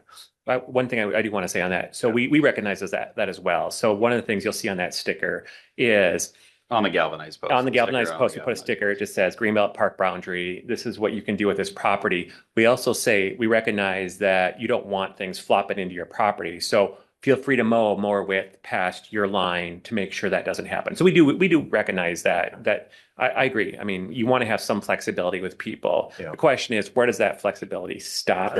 Is it one more width, or is it 50 feet? You want definition. Yeah. That's what you're asking for. For us, clarity on the for us policy. as staff, and how we can Totally articulate to understand. staff or to the public as well. And some of that's hard because it kind of almost depends on the lot, and are they cutting into a space that's not used by the public and would probably never be used, and it just becomes overgrown, or is it something that could be more useful for public use? Yeah. So I think there's it's almost situational. No, I agree. There's absolutely some situationality to it. One thing I'd say on that, there's a couple things. One, there's some properties we may not have a lot of latitude in what we can allow past that, because of how the land was purchased. So there are actually some properties that were purchased with conservation easements in mind. So we may not be able to allow people to mow, I think we have maybe a little latitude, but Sure. if they're mowing 50 feet back because they don't like the native prairie grass, then I don't think we can allow some of that. But also I think there is, if we can work to kind of define what that flexibility is or how we want to approach that as a community, then I think we can figure that out. But I don't think it's large space just because people perceive it not being used.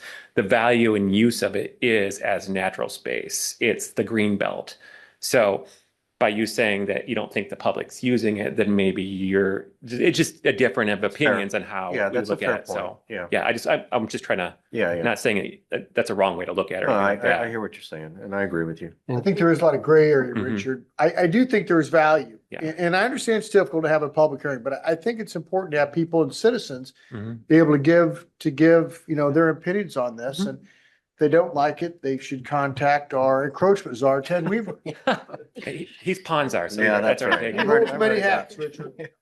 One thing I will offer as the council's discussing this in terms of the gray area is there's some creative ways to think about it. So if you have a permanent structure, 2 owners ago, we have this in Indian Hills Woods where we have somebody who put the retaining wall just a little too far to the south, and that is not a cheap resolution. Retaining wall, yeah. But at the same point, there is some cities, and you've seen some examples in your materials. Des Moines is one, and I'm sure there's others that look at it from a standpoint, okay, now recognizing this has happened, could we set up something like a lease agreement, or there's some kind of numeration back to the public good for this encroachment where we recognize it's very expensive for you to do this. So can there be some compensation? Recognizing maybe in some of these cases, they are adding value to their home. We'll pay for that value that you're adding. But what I would argue on that is let's not incentivize people to do this, because the price of that has to be high enough. Mhm. And we got to work within legal parameters of how you can dispose of public property, because we got to be mindful of that. And all of this is make it so we're not incentivizing people to do more of this. Can that be done for just existing? It could be, yes, infrastructure? And right. You again, could be, it could anything be a new- look back. Yeah, right. anything new, we have no latitude there. I Right. mean, you can't just put a retaining wall on public property just because you want it. Right. But if it's been there for Yeah, two and maybe there's decades, a, that's yeah, different. so we pick a date and time of Yeah. anything after this point, and maybe it's the adoption of the policy. Anything after this point will be, black and white hard line on encroachments, but previous ones, depending on the tier Right. of the, obviously the behavior ones, the mowing ones is a different scenario. That's a behavior issue. Semi-private, private, how are we going to deal with that? Where semi-private, it might be realistic for the person to remove it, but maybe you say, okay, if you want to keep it there, then you need to sign this lease agreement or whatever that ends up looking like. And we will get into the details on that if that's something that's of interest. But you're going to pay for it. You're going to pay annually, and do it in a way where it's like, well, now I'm thinking about it. Maybe I just want to spend the money to move Yeah. the fence Yeah. back Yeah. or move the landscaping back. Because I think what's important here is that if there is any cost to the city, those should be compensated for. If legal is spending time or we're hiring a survey to delineate maybe a sale of a portion of public property, that benefited property should pay for all of that. So how do you work through that to make sure that the city's being properly compensated? So those are just options that could fit in that gray area that maybe get to the solution in a different way that also then we can say to other property owners that person is compensating the city for that encroachment. It was a past encroachment. It's multiple, and you're going to have ones that it's been the same owner for 30 years and they did it and they know they did it, right? We're not necessarily going to go through all the property records and know when that encroachment happened. We can probably look at some of the maps and figure it out on some of the aerials of when the encroachment happened and maybe who the owner But was. again, But that's time. that's not worth it. Yeah, that's what I'm It's getting not at. worth Yeah, it. that's not worth it. So if you're looking at just having that philosophy of past and future, there's definitely some room in there. But that's where we know we can drill in on a lot of those ideas for you, but it's really, are you wanting to operate in the gray I versus like black that and white? solution personally. Yeah, I do too. But I also like establishing the hard line of when the Going policy is forward. adopted, moving Going forward. forward, Right, no tolerance. right. Within that type of, oh, sorry. Go ahead, Um, Sadie. Within that type of lease arrangement that you're referring to, would we be able to wrap in liability kind of concerns and maintenance concerns? That's the other piece, is if there's a retaining wall on public property, there's a Somebody falls. liability, there's maintenance, there's those issues as well.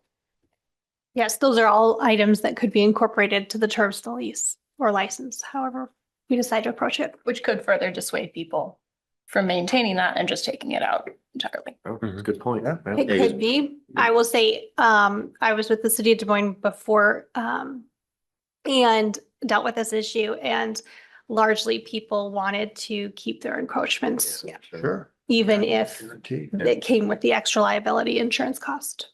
There's some pretty extensive landscaping and they put a lot of time and effort in this, and I Mhm. certainly understand that, you know? Mhm. So I can understand how they'd want to keep that, but I think there's a fee and a cost that they're gonna need to Mhm. come up I with. think one other piece of this too that we have to keep in mind with, if we're going to keep an existing encroachment, is that would be in license agreement or whatever it is if a public project comes along Yeah. where, and this is the same way we have with streets, for example, in the right of way, right? If somebody puts irrigation in the right of way, Right. that is subject to their risk. If we come in and do a street project and accidentally tear up their irrigation, that's on them. Yep.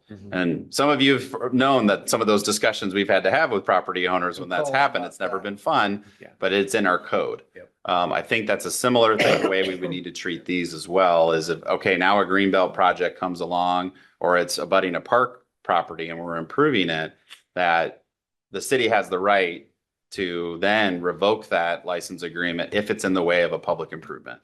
I think that's going to be also important. If the council agrees to go down to pursue these in this path in more detail, I think those are some things that we need to work out and be clear with the property owners up front that yes, the Cedar Crest Lane, we're probably not likely to have something get as close to those properties that would invalidate those encroachments in the future. But you never know, there might be a different trail path we want to go, or we have an extensive vegetation management or creek stabilization that we need to consider that might then impact it, that then the city doesn't necessarily bear additional costs having to work around an encroachment on its own property, I think is another thing that we need to consider in all of this. Yeah, that Cedar Crest reality might actually be closer to us than we realize, because when Richard and I went out and visited with that group, the big thing that had triggered that for them wasn't the encroachment. It was seeing the restoration work that was underway and the forestry mowing that had been done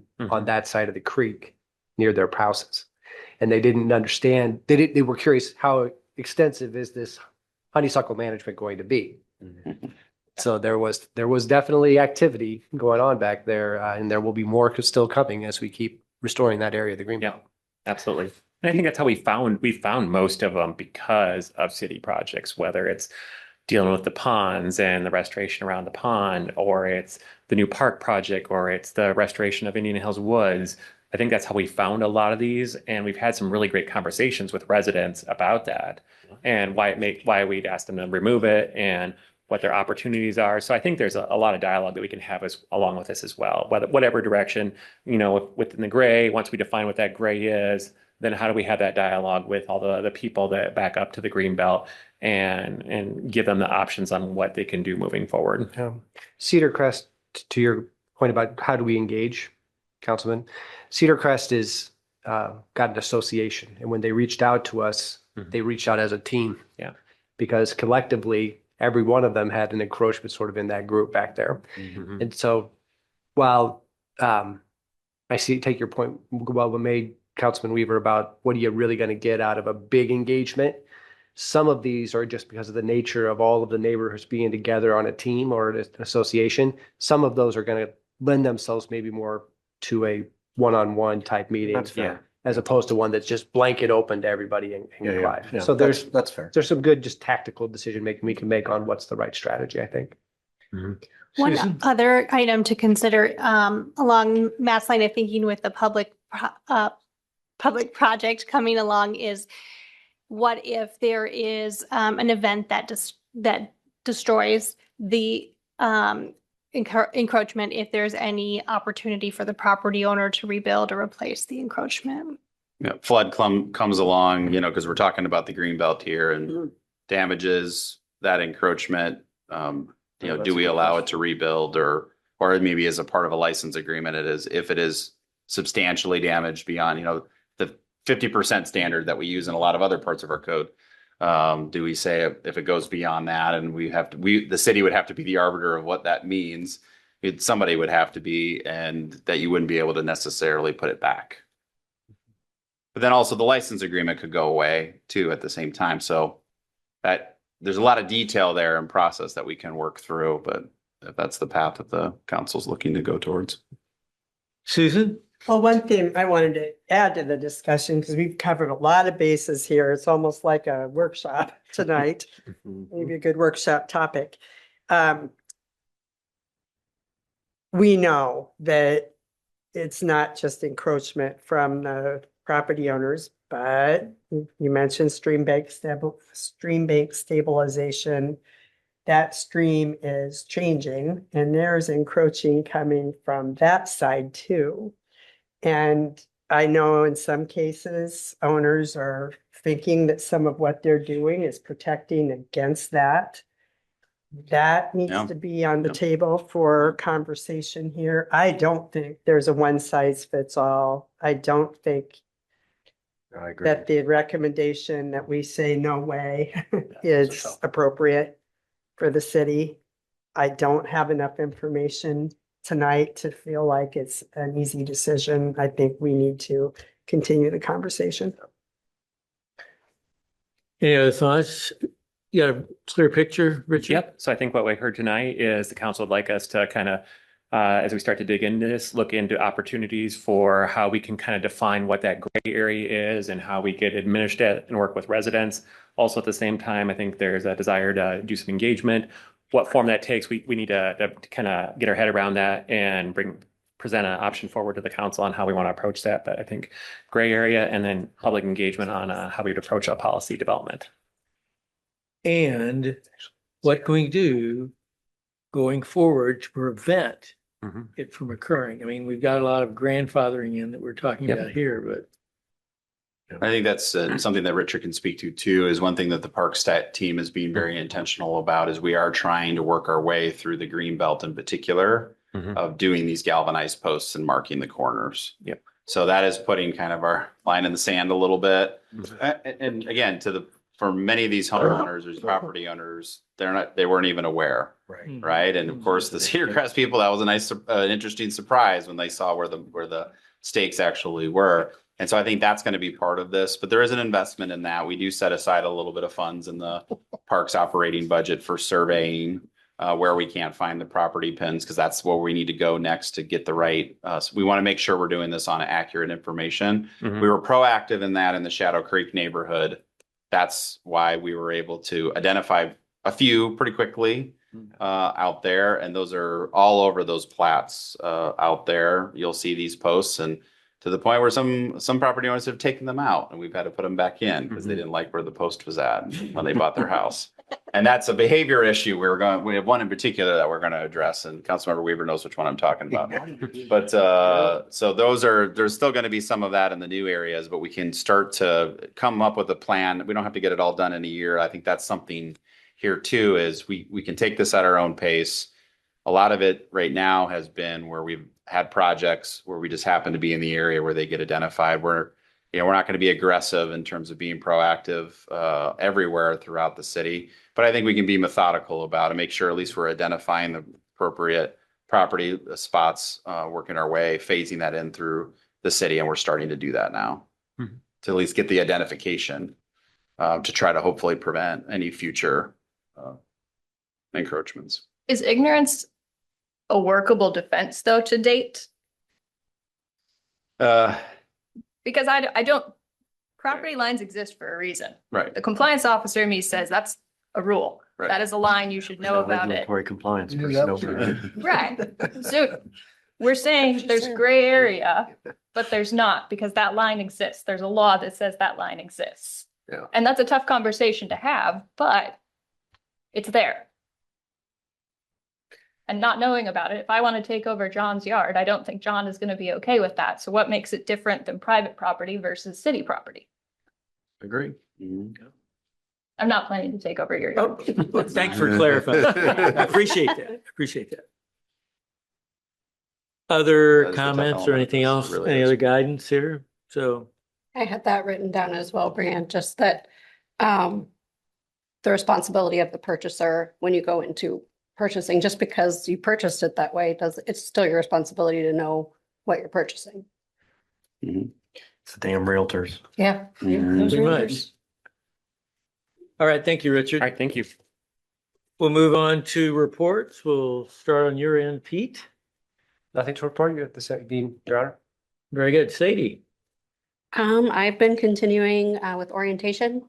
I've met with all of the department leaders and meeting a lot with Matt. Learning a lot. It's still drinking from a fire hose, and we'll be continuing that and going through the budget process here for the first time too. So, sure, Matt. Very good. Ted. Nothing a nightmare. Eric. Couple things, Mayor. Attended a chamber function with both Clive and West Des Moines chambers at spare time. Attended the Catch Des Moines board meeting, and if anyone wants to see what the latest information is, I'm glad to share this as far as the calendar of major events and also the visitor guide to Greater Des Moines 2026. Then Pete, could you pull up that video, please?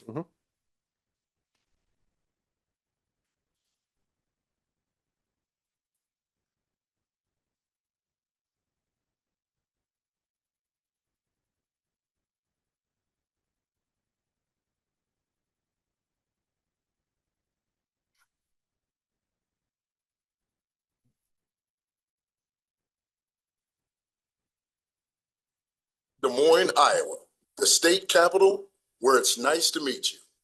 And where nice is an understatement. We're an event city who loves to play host. And we've got that Midwest hospitality down to a science. From the little touches to the big events, we're here to show you a good time.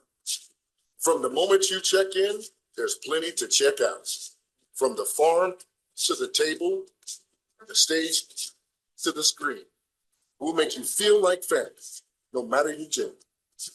We've got venues that scream history and a resume that speaks for itself. We have amenities that make it easy and people that make it hard to leave.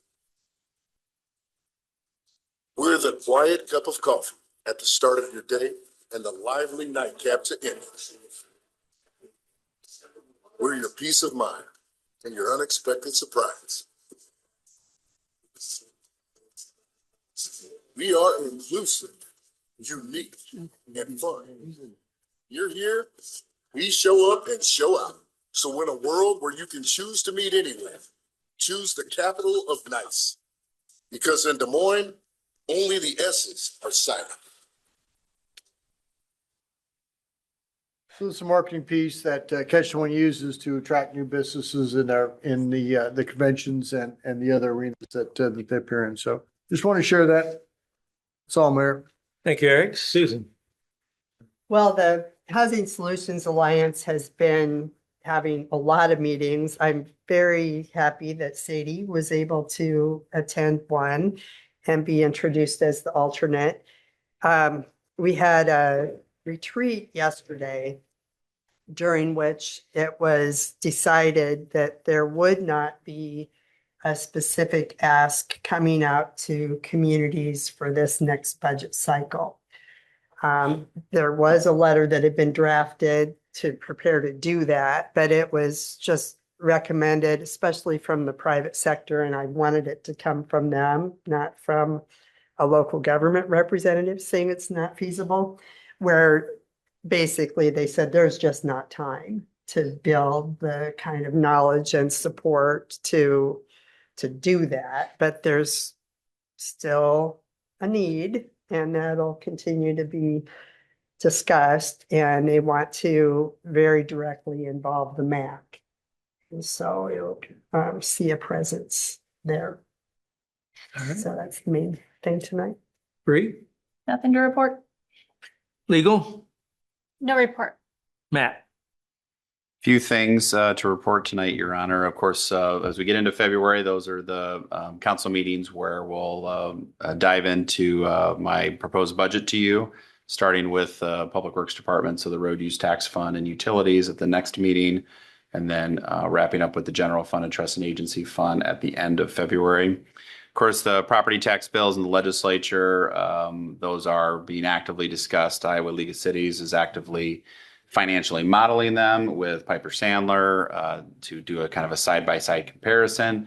The House did procedurally move forward just out of subcommittee. And again, it was more of a procedural thing, no indication that bills are being fast-tracked.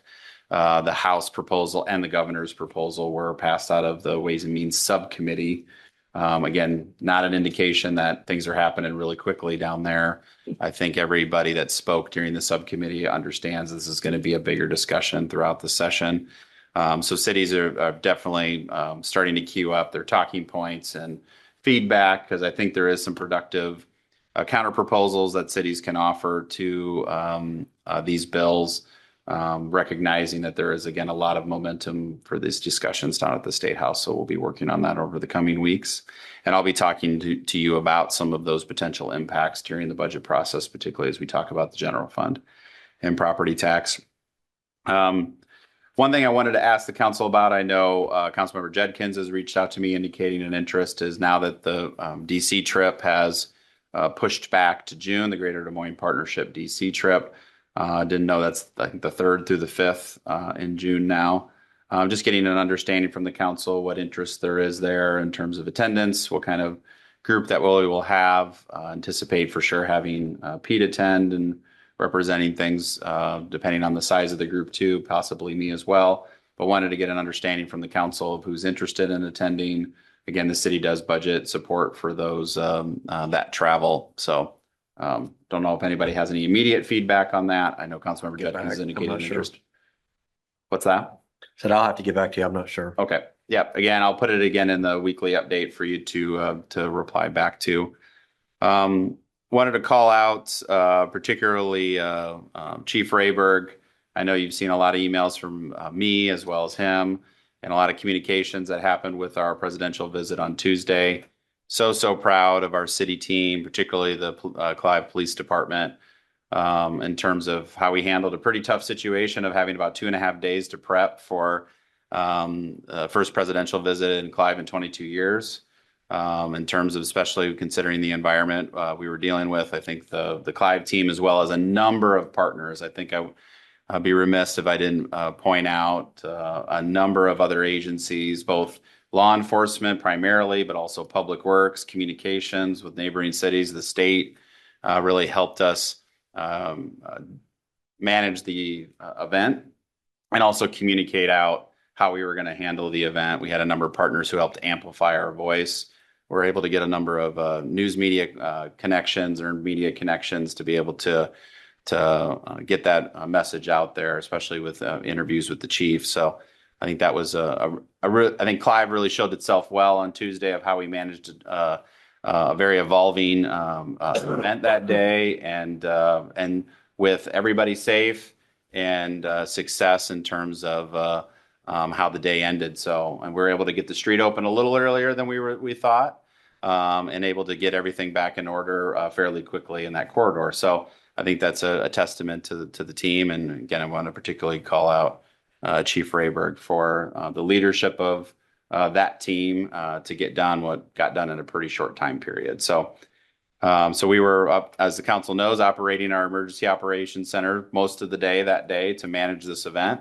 And then we're going to roll into a normal emergency operations posture when we do our flood tabletop here in a couple of weeks as we prepare for the spring. So this was we're going to definitely, again, following up on the presidential visit, do an after action review, lessons learned, things that we could potentially do better in the future, and successes that we want to celebrate in terms of how things went. We're going to take this as an opportunity to grow from it. So again, credit to the chief and his team, and that photo I shared with you all is the most police officers we've had together at one time in pretty much Clive's history. So all but 2 officers were there because the other 2 were out of town, one at the FBI Academy. So that was it was pretty fun to see that group together as we were wrapping up the EOC that night. I don't know if Chief Rayberg, you want to say anything? I'm going to give you the chance. Then Chief, you have to come over here to the podium too. Gotta get up. Maybe limp over there. it's warm on this side of the room. No, I appreciate Matt's comments, appreciate the support from the council and mayor. Everybody else in the city had just as big a part in this as we did at the PD. FD was involved, leisure services, comms, admin. She's tracking all the finances for us and public works and everybody. I mean, we had motorcade support from public works out here as the motorcade came down right through the heart of Clive. So it was a really good event. We had a great plan in place. I think closing the street was key for us. We had contingencies if we needed to physically move people. We had legal assistance that we could fall back on, and they were there to support us as well. It didn't come to that. Where everybody went to really worked in our favor, and it kept everybody kind of confined to one area. Secret Service threw some curveballs at us. We were able to negotiate through those, but it was very evident very early on that this was going to tap our resources, and we did not have the manpower to do something like this on our own. Very quickly, through a lot of the associations and the relationships that we had built, we had over 100 cops here to help us out or on standby. A field force team from the state patrol, a field force team from Polk County, just a ton of resources, a ton of help. And it's all up because of the relationships that we have built in the past. It finally came back to help us when we needed it. And it was like we said, it was a great event. Some things that we're going to look at and maybe do better. Comms is not Pete's comms, our comms, radios. We had issues inside a building, but those are things we can work on. So absolutely going to take a look at everything and debrief it. And if you had any questions, I'll more than happy to answer them. But you should all be very proud of not just the police department, but everybody within the city, because it was a total team effort. So very much so. Kudos all around. Absolutely. And Thanks, Chief. I mentioned this to you a little bit before the meeting, Chief, but I had friends both inside the event as well as friends that were at the protest. And everyone was extremely complimentary about what happened and how it was handled. And I got some kudos from other members around the metro who said that we handled it really well. And so just the planning that went in place in advance was impressive. And so you guys made Clive look great. Thank you. I guess I would also say we had a lot of cooperation from the community. They understood why we did what we did and set up things the way we did. They were very cooperative, and that definitely helped as well. So, Very good. Thank you very much. thank you. Sure. That's all, your mayor. That's all you've got? Your Honor. I wanted to make sure everyone knew that former mayor and supervisor Bob Brownell's wife, Jenna, passed this week. She did. So just wanted do that. everyone to be aware of that. Have they made announcement of? I haven't seen arrangements yet. I didn't even know that till now. Not everyone was able to make it last night to the partnership event for elected officials. I left a few handouts there for you, just summarizing some of the partnership benefits as a reminder if you want to take a look at that. Pete made mention of Central Iowa Water Works. Again, we will be running by the end of the week every nitrate vessel available except one, and one always has to be down for cleaning. So it doesn't really, and to be doing this in the winter, as you know, is not good. CIWW is working with Iowa State on research on nitrates, so everyone can be educated and have a better understanding how the nitrates move in the soil and how they get into our water system. And I should mention that Pete is taking a really active role in CIWW.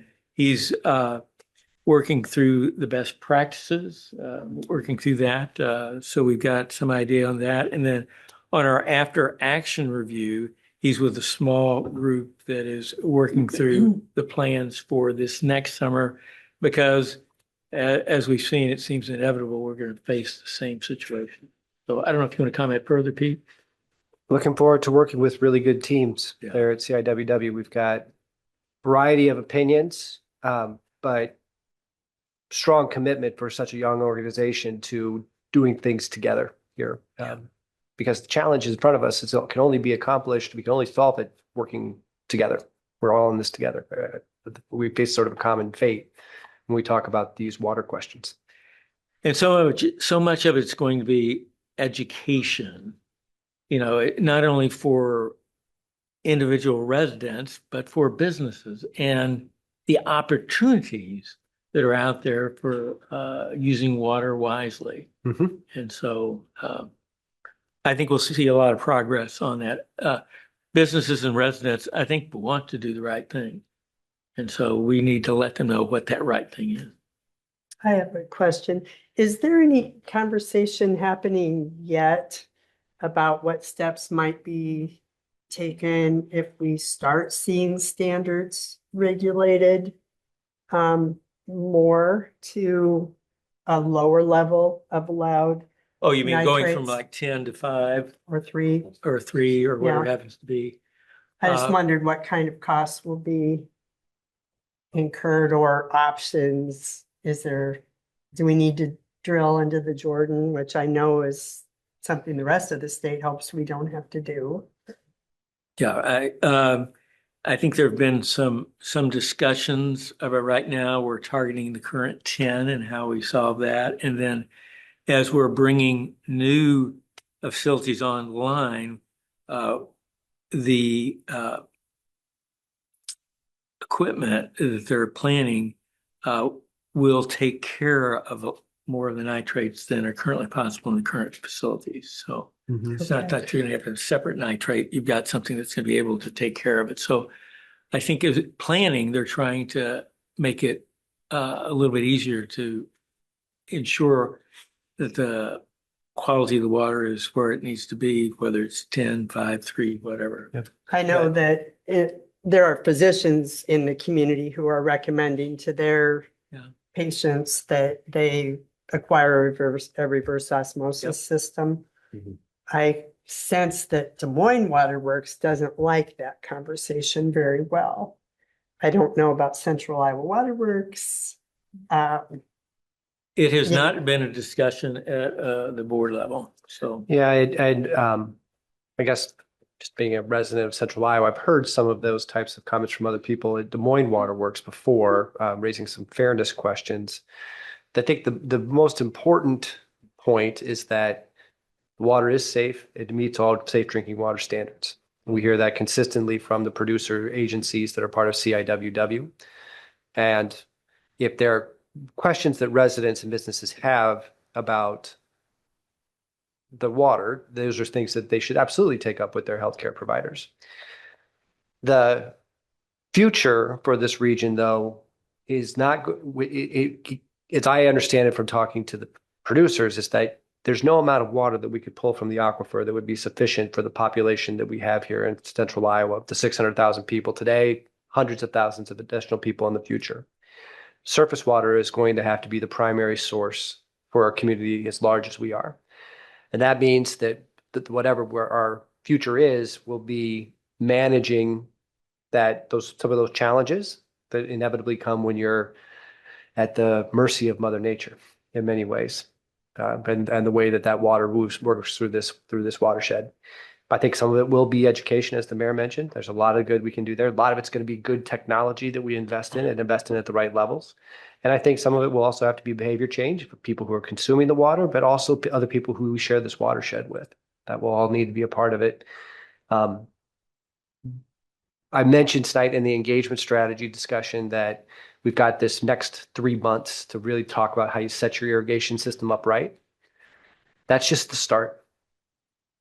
Long term, we don't want to end up, for the sake of keeping bills affordable, right, and making sure we don't buy more capacity when we need to. We want to make sure that we are getting the right amount, because if you buy too much more, then the bill has to go up too. Well, that means we have to understand why we peak and how we manage those peaks. And that's a story overwhelmingly about lawn watering. We need multiple years to keep working with folks so they understand how to do that smart, get the kind of results they still want to get, but also do it in a way that saves them money, and contributes to this common good for all of us. And I think those are some powerful messages to the mayor's point. There's a real opportunity for our business and residents, but it'll be multiple years of telling that story to get to where we need to be. And do you want to comment on which way usage is going as far as the need for additional, beyond just irrigation? I mean, what we heard at the meeting this week was last year would have been an absolute highest use ever, but for the summer ban on lawn water. I mean, the usage is just, We're growing. yeah. Well, I guess that was a sign. Anything else for the good of the order? Otherwise, Thanks, the Chief. bell has rung and we're adjourning at Well done. 8:09.